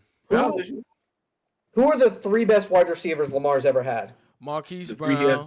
Marquise traded. Brown. The 3, the Odell Beckham, Zay Flowers. Odell Beckham, and maybe Zay Flowers. But I would say, because a lot of people don't know this, but when he was playing without a receiver, Duncan Robertson was one of those receivers that was a go-to. No, he was a go-to for Lamar within those years. DeMarcus Robinson. There we go. My bad. DeMarcus I know Robinson. that he's a shooter. Yeah. That's a basketball player. My bad. But DeMarcus Robinson, who played for Kansas, I believe. Right? We can't hear you. Could you hear me now? Yeah, we're good. Okay. My thing, I smacked my mic and it just cut off. But yeah, DeMarcus Robertson, most definitely. I think when you think about the best receivers he's ever had, it was Marquise Brown, who got traded. Probably Zay, who he's had for 10 games. And then Nelson Aguilar is their second leading receiver right now, by the way. Yeah, Keith, that's funny, right? Yes, it is. That's his second best receiver right now for him. My man. Respect to him. He has a hard time catching a cold butt ass nigga. So well, right now, this season playing well. Yeah, he's playing very well, and he's not giving up the ball like he did against Pittsburgh, where they dropped all those footballs. So I give him the reasonable doubt where he's been playing amazing lately. You know what I mean? Like he's been putting the numbers up. Especially Odell had over 100 yards last game. You know, receiving. So how about this? Since we have 100 here. We're already at 1:30. We got 4 questions to get through. Might as well keep them here for the rest of the pod. Yeah, most of. So let's get started with the CJ Stroud Rookie of the Year. This was my question. because Okay. I feel like this is not that it's possible, right? Like it might not happen, but if we look at the numbers, if they make the playoffs, hear me out. They make the playoffs. They have 10 wins. CJ Stroud, Rookie of the Year, and MVP. It's tough because a lot of MVP is about the narrative. It's about the story. And it's very hard to write a story about CJ Stroud being the most valuable player because typically there's anticipation that builds into it, if that makes sense. Like, there needs to be almost an expectation for him to get MVP to be in the conversation. Okay. So it's tough. Now, understandably, I don't think he would be MVP. I think undoubtedly he's the Rookie of the Year. Oh, like, he's putting up historic numbers, and it's been incredible. I'm out here in Houston. That's the man in Houston. I'm out here in Houston. I'm outside. I'm outside. That's the man in Houston. Definitely, 100%. I'd be amazed if he gets it as a rookie because rookies, I think, in since what since Jim Brown. I think it's happened one time, maybe two, and then I think beforehand it might be like in the 60s. Yeah, 67. Yeah, it's Jim Brown is correct. That was the last person to do it. Jim Brown. Yeah. Was the rookie MVP? Rookie MVP, yeah. Yeah. So, and that's honestly just because back when milkmen were professional athletes, apparently. No offense.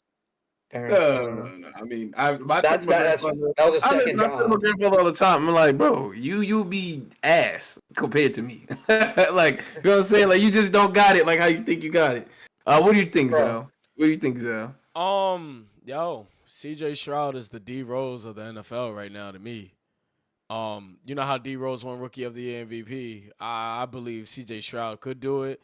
He is the best quarterback right now as we speak. The one, honestly, if you look at his TD interception ratio, bro, it's amazing. It's immaculate, and it's better than any rookie that we ever saw.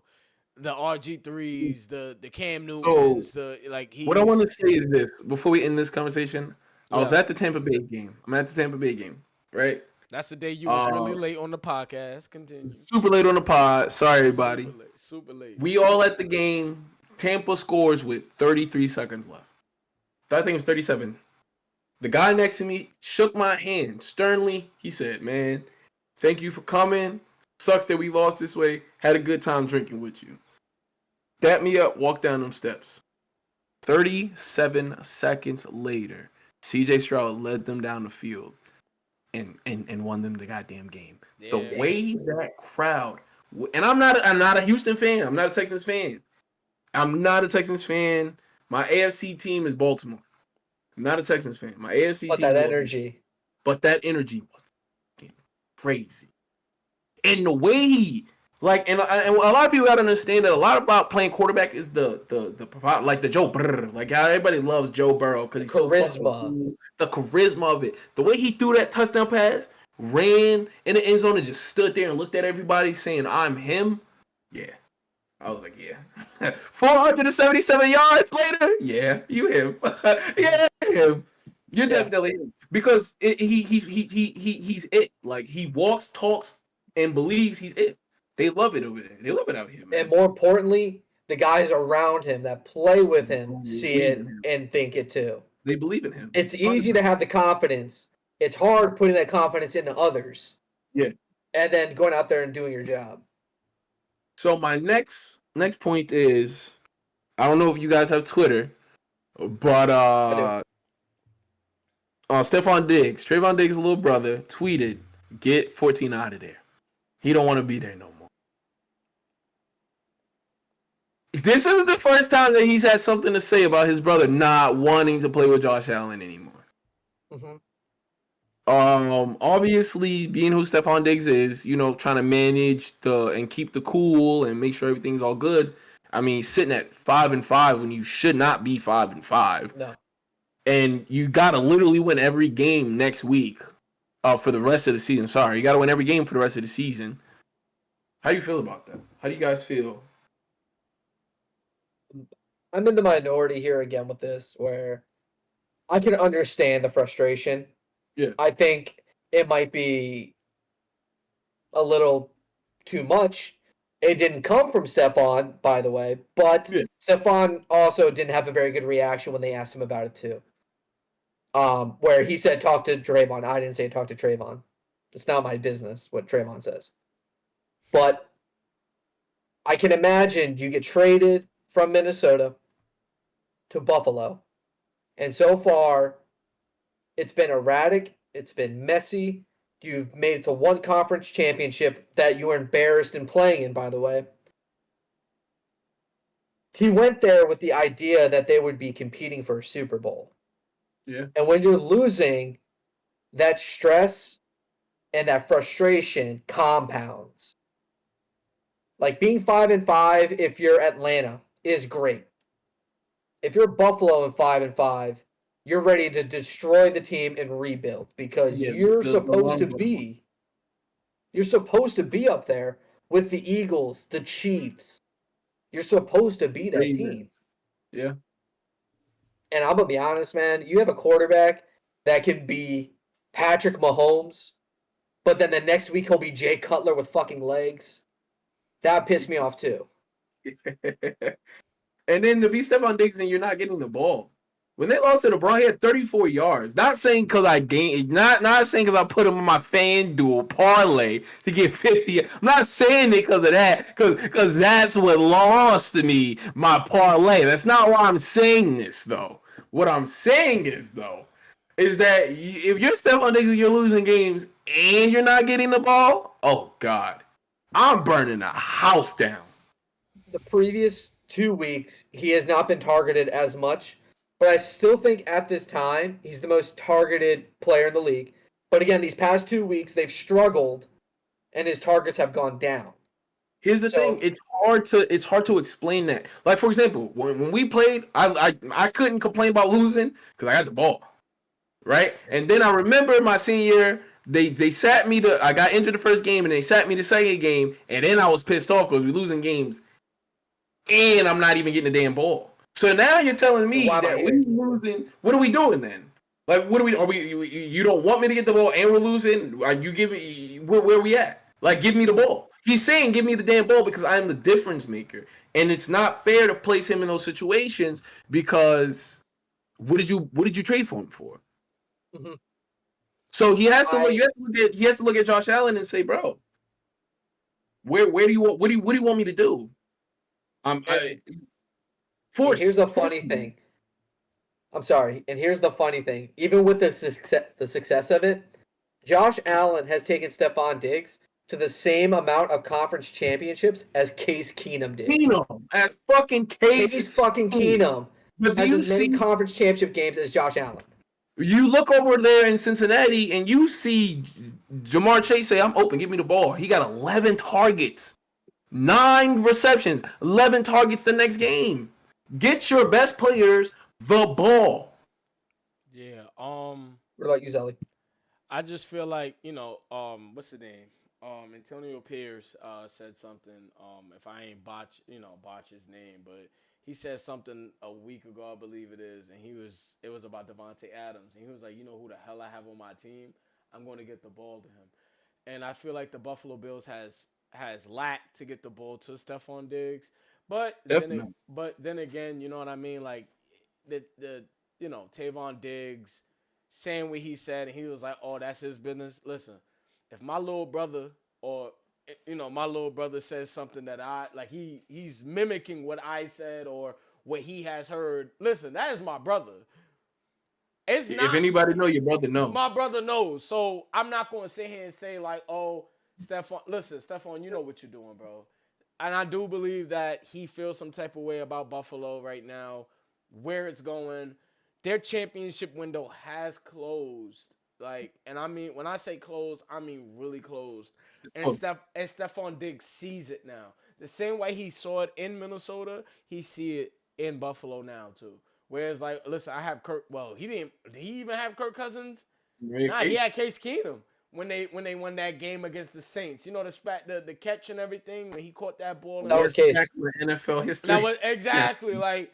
and that's the thing where it's just like, Marcus Williams. what is exactly like? What is Stephon Diggs gonna do now? Where he's gonna go now? Like, what other offense is gonna actually build around you within the league right now? Because there's a lot of receivers that's going through that. Like, he's not the only one.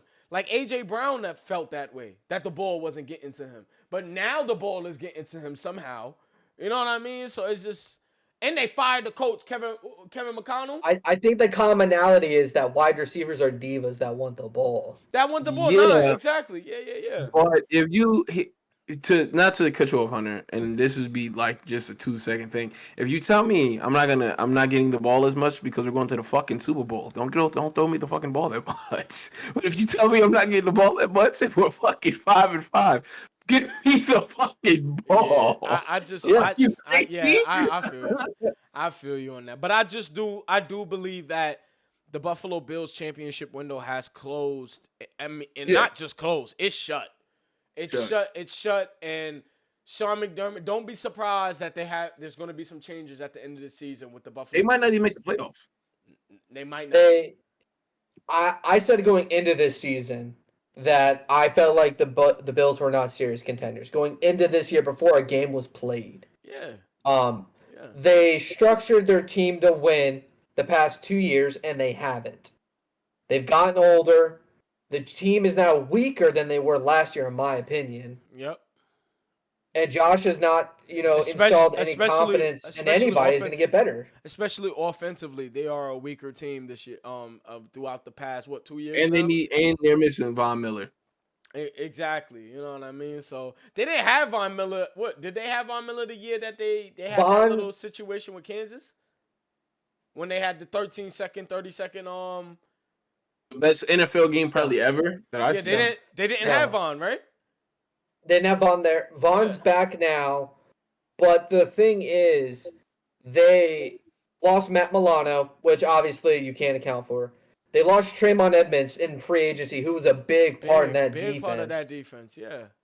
They have Jordan Poyer and Micah Hyde, one of the best safety tandems in the NFL. They're getting older, and they're always beat up, it feels like, recently, especially Micah. Yeah. Like, the defense has been, like, top 5 for 3 years straight. Yeah. And now they're not top 5, and the team is struggling to be above 500. But it's also because that offense is not producing.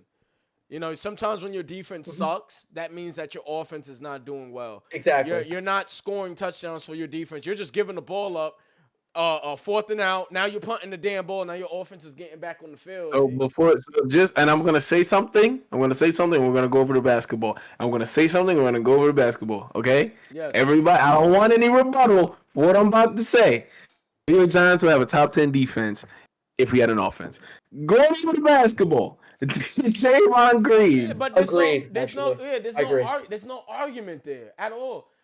Without an offense, bro, what is your defense going to be? I play defense. If my offense sucks, bro, and I gotta keep getting on the field, bro. Other than that, I played on both sides of the ball, so it's different for what I did. But when it came to going to the league and you're sitting on a bench and you're watching your offense for 3 seconds, watching your offense struggle up 4 and out, defenses get ready. I'm not gonna want to play defense. That's probably why the Broncos got 70 dropped on them. That's it, done. No, now hold on, because I'm gonna say this right now. Me and Hunter have lost some bad games. Army used to beat our asses up. They ain't never put a fucking 70. Never. Army and Navy, they ain't never put a motherfucking 70. They may have got some points. Yeah. They probably put up a good. We done got our asses beat. But look, they I'm never gonna put say a fucking this. 70. I'm gonna say this before we move on. 70. I'm gonna say this before we move on to basketball. The NFL is hard. It is, bro. It's hard. Should be hard to score 70 points. And listen, apparently it isn't, because guess what? That's not the first time it happened in the league. So, when you look at the history, it isn't the first time that has happened. Draymond Green deserve a 5-game suspension. Talk to us, Hunter. Let me tell you something. I was just gonna say, the 1 year where we lost Peyton and we didn't have Andrew Luck, our quarterback was Curtis fucking Painter. We played the New Orleans Saints. We lost 62-7, and I understood. I wasn't mad. I wasn't frustrated. We lost 62-7, and our team was so dog shit, it made sense. I couldn't understand why that happened. Exactly. Thank you. It happens. Thank you. Nobody should be able to score 70 in NFL, bro. Well, listen. There's not enough time in the game. There's not enough time in the game. There's not enough time in the game. Touchdown every 6 minutes. You got Tyreek. Do you feel what I'm saying? You got Tyreek Hill running up and down that field, bro. You have enough time. All I gotta do is air that shit out. Basketball before I get infuriated. All right. All right. Did Draymond Green deserve his 5-game suspension? He deserved longer. But you know what? I'm gonna add a little insight to this. You know who deserves longer than Draymond? Cat. Because there's no fucking... Well, let me tell you something, Zelly. If we play fucking 5-on-5 and somebody got me in a fucking chokehold and you grabbing that brother's shoulders, if you don't choke his ass the fuck out, you don't choke his ass out while I'm being choked out, get the fuck off the team. Get the fuck off the team. Get off the team. That man let that man choke his teammate out. You see what Pat Beverly said about it? Yeah, he said, I thought I told you better than that. It's like, you soft as shit, man. That's your boy. That's your man. That's your fucking man. Let me tell you something. When we was playing football, nobody likes Rudy. Nobody likes Rudy. He's probably happy. He stole the words out of my mouth. Nobody fucks with Rudy. Nobody fucks with Rudy. Listen. So what, bro? Listen, I do agree. Listen, this is New Culture Podcast, but I do agree that, you know, the Draymond suspension for 5 games is a little small, but it is like a statement that the league is trying to make. Like, yo, listen. They gave Ja what, 8? 25. They gave Ja 25. They gave Ja 8 for a fake gun. Yeah, and then gave him another 25 or whatever towards the midseason. But I do feel like the Draymond suspension, it's a statement. But then again, I do not blame Draymond for doing what he did because he was protecting his. He was protecting his teammate who got his shirt ripped off like he was goddamn. I'm trying to think of the person that what. I think it was Triple H that somebody used to rip their shirt off like this or something. You know what I mean? That? I forgot who it was. I think it was Triple H or whoever. Triple H used to do the water. I know, but somebody used to rip their shirt off, bro, and do it. But here's my thing. Yo, and even Samoa Joe has commented on the Draymond Green chokehold. He said, yo, y'all should have left him alone. You know what I mean? I do understand, but look, Rudy Gobert is a big dude. And if you watch the clip, Rudy Gobert is so tall to the point that he had his arm around Clay's neck almost. So Draymond came through and said, nah.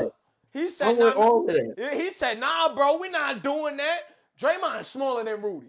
He's small. How did that man get you in the choke? Rudy did piss me off. The way he leaned back, you 7'3". The way he leaned back and let it happen was crazy. Because there's no way you sit there doing this when somebody got your neck. Yeah. He got your neck, and your big ass leaned back. Exactly. Come on. Exactly. Come on, bro. Talk to us, Hunter. I was going to say, side note, Giants won.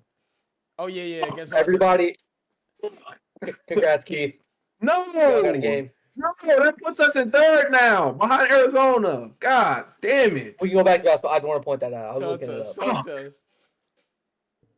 But man, yeah. I think what's crazy is when Nikolai Jokic took out, was it Marcus or Markieff? Which one? I think it was Marcus. Markieff. Yeah, Markieff. I can't remember one of the Morse brothers. Yeah. Was he like, what repercussions was given to Nikolai Jokic? It was a fine. Yeah. How long was he out? Like 2 months, right? No, he hasn't played in a year. Markieff never been. He never played. He hasn't played in a year. Yeah, he's been out after that. Year. Yeah, after that he never played again. Honestly. Yeah. Okay. He didn't play again. Yeah. So. But yeah, it's nothing. Draymond 5 games seems. But it's just based off his history. That's what the 5 games is. But you can't base some shit off some shit like that. But sadly, like that makes no sense. Sadly, that's the NBA. You know, listen, I was a criminal justice major. Yo, I forgot to let people know my man's Hunter. Boom, my man's is a math major, and I'm gonna tell you something. Yep. I suck ass at math, but let me continue. Hunter, what's 8 times 8? 64. Fuck off. Anyway, but he scored 64. But the thing is, when you look at it, in a law type of fashion, a judge cannot. Well, not even they can't go back to your past convictions and use it in the present. Like they can't do that. So the NBA just ruined that whole thing where it's just like, yo, because of Draymond pass of him. I really do think it should have been 10. And no. And I'm not. Listen, you're not wrong. It should have been 10 games. But like I said, they did 5 to make a statement, but they did 5 also to be like, all right, listen, this is Draymond. Draymond bring numbers. Like Draymond is. Look, I'm sorry. Yes, Steph is the Golden, but Draymond is the Golden State Warriors. When it comes to that whole team, he is, bro. With no Draymond, what are they? When they're healthy, yeah. But when they're not healthy, no. But exactly. But I'm saying, what does he bring to that team? You know what I mean? Like Draymond is an important piece to that team. He is an important. They could pay me to do the same shit, is what I'm saying to you. Nah, they can. But listen, Draymond got how many rings off for doing that shit compared to there's people that did Draymond shit and get shit for. So they didn't have Steph Curry. Oh, how many guys could be Draymond for the greatest shooting duo in the history of the sport? You know what I mean? No, listen, and then they said, that's not enough. Let's go add some 7-foot freak that we've never fucking seen before in the league and add him to the fucking team. Hey, it's easy that way. I think to kind of close this segment off, I really do think that he does. I mean, I get why he did it 125 because I done did the same shit. There's been times where we've been on the field where I'm telling people early, you ain't even got beef with Hunter. I'm like that. What's up? Like, you feel what I'm saying? I get that 120,000%. But to suspend Ja for what he did, a non-violent act, by the way, and we all know we don't live in a country where guns aren't allowed. It was based off the safety of the league, but continue. I think it was a culmination of a lot of things that Ja was doing, and that was the final straw. It was a lot of things going on. Yeah, he played Adam Silver, bro. Like literally. I agree. But if we're gonna talk safety of the league, you got a player right now that's making players literally physically unsafe. So if you're gonna do that, if that's what you worried about, carry it out completely. I think that he got to cop out because it's the Warriors. He got to cop out because of what the Warriors bring to the league, the television, and all of that shit. And he didn't want to use someone that is a staple to the game as an example, like he did with Ja, who was also a staple to the game. Yep. That's how I feel about it. I think, side note, I thought what Rudy said about Draymond was hilarious. Where every time Steph doesn't play, he's looking to get out the game. He just tries to get out. Take his unders 125% because he's not gonna. I think that was a very it's aware point to make. It's frustration, and that whole thing. That whole thing with Draymond was frustration. And so the last closing question: Russell Westbrook requesting to come off the bench. Ooh. Zelly, I'm gonna let you go first. because this is your team. So the question with Russ doing that, I think. The narrative of Russell Westbrook being selfish when he was with the Los Angeles Lakers, he was selfish. He was selfish. He was a vampire in the locker room. A lot of people don't understand the situation with the Lakers where it wasn't Russ' fault or it was the Lakers. Well, it wasn't the team's fault. I'm not even gonna say the Lakers in general. It was the Lakers' fault. Like. The front office fault because they didn't pay him well. Exactly, and you got 2 players that do the same shit in LeBron and Russell. They do the same thing, honestly. They do, and I'm talking about they're so dominant. Listen, they're so dominant in they're so dominant in driving and kicking. LeBron has turned into a great, not a great, but a good average shooter now. where he doesn't even need to Okay. do, you know what I mean? But what I'm saying is with Russ did the same thing. It's drive and kick. LeBron already does that. He needs to figure something else out. So the thing is with him going to the bench, what that brings is, okay, James and Russell does the same shit other than what do James do better than Russ? He shoots the ball better than Russ. But Russ is going to be a better fit for the second team where he can get Norman Powell open shots. He can get, maybe that's if he plays. I do believe Bones Highland will get traded, and I think he's going to get traded. I think this is why he's not playing. Mm-hmm. But I believe that Bones, he's going to get him open shots if he do play. I do believe that he's going to get what's the name? Other than Norm or off the bench open looks. Shit. I'm forgetting all these other guys. PJ Tucker open looks in the corner.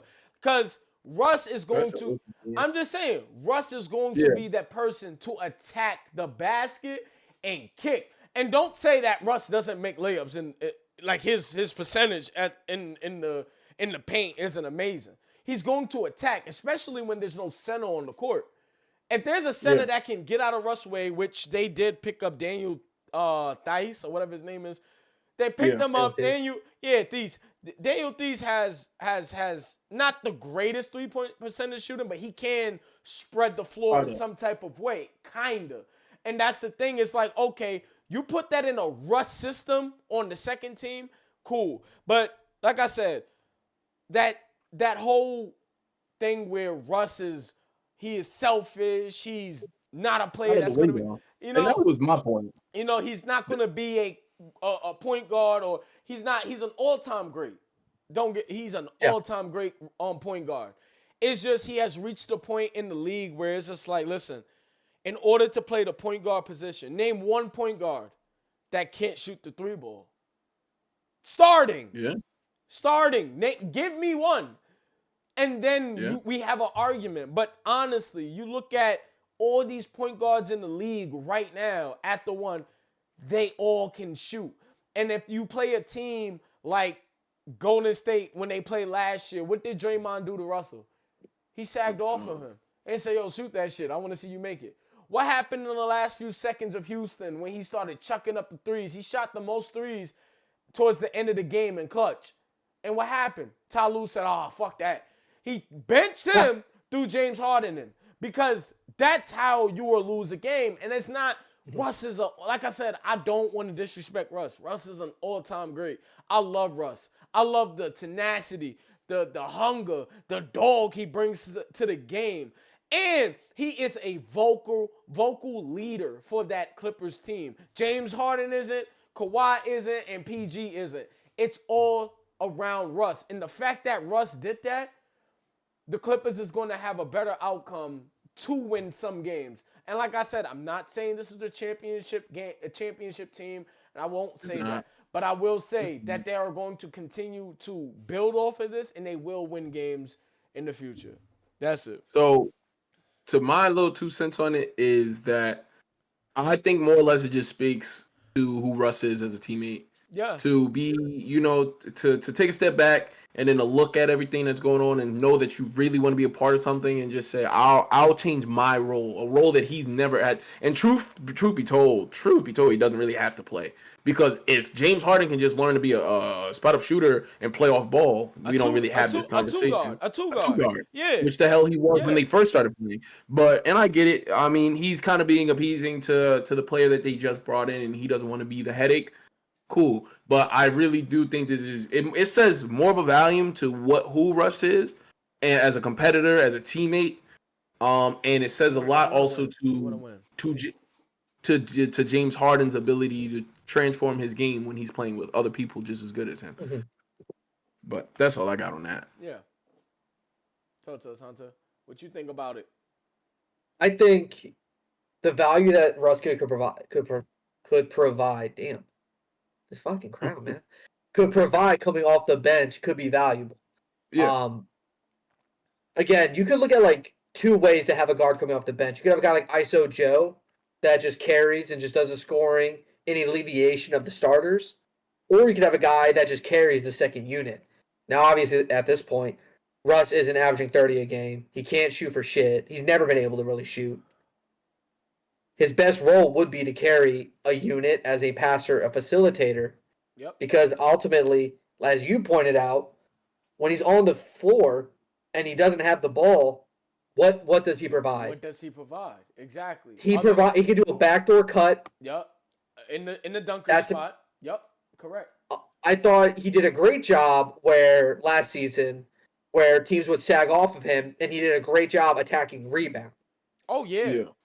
He did a great job at that. Oh yeah. But when you have a guard that's 6'3", and his biggest service on the offensive side is to get rebounds, that's kind of a red flag, isn't it? It is. He's good at it, but I mean, that's some 2K shit. Let's be honest. Tell me about it. Yeah.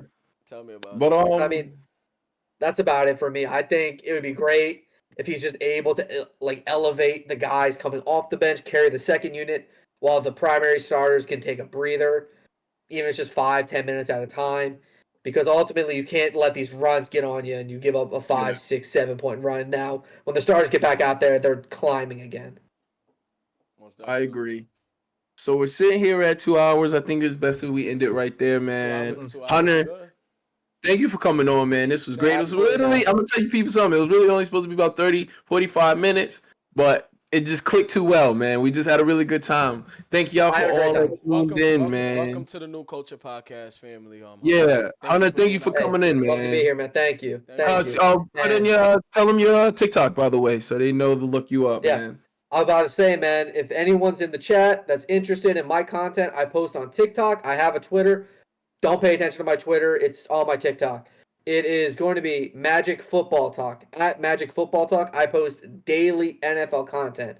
Sometimes 2, 3, even 4 to 5 times a day. You will see my face every day on TikTok if you follow me. About anything, I answer pretty much every comment. Give me a follow if you're interested. Otherwise, it was a pleasure being on here with you guys. Most definitely, man. And I'm gonna say one thing, Hunter. Like I said, it's an amazing opportunity to speak to you, and we had a great time. And honestly, I do believe that it should be like this, where when we do have a guest, it's gonna go over this time. We had a great. Yeah, you are our first guest, man. You are our first guest, man. And I think if I had the Funk Flex thing, I'd be like dropping bombs right now. Yo, for real, man. But respect to Thank you for coming in, man. I'm glad, chat. I'm glad you guys enjoyed it. Honestly, man. Thank y'all. Much love, man. Much love. Love being here. If y'all want, I dropped my for TikTok in the chat. Yeah, check this Magic out. MAGIK. So I misspelled it. Sorry. Yeah, it's the crown. Crown kicking his ass. Crown kicking his ass. Man. I had a little more about up here, and I'm down here. Yeah. We finished. Y'all have a great night. Enjoy y'all Sunday. Hey, enjoy y'all Sunday. Have a great week. Happy holidays, y'all. If any of y'all do Thanksgiving, seeing family, have a lot of get a lot of food, great family times. Episode 7, Thanksgiving week. It's gonna be a good week because Thanksgiving football is gonna be around. So let's have a good one next week. Most definitely next week. Hopefully Keith is around. My boy Keith got business to attend. But I'll be here, man. Thank you guys for supporting, man. Twitch, everything else. Can't even say the other platforms, but you will see it. I posted it on my IG. Thank y'all for tuning in. New Culture Podcast out.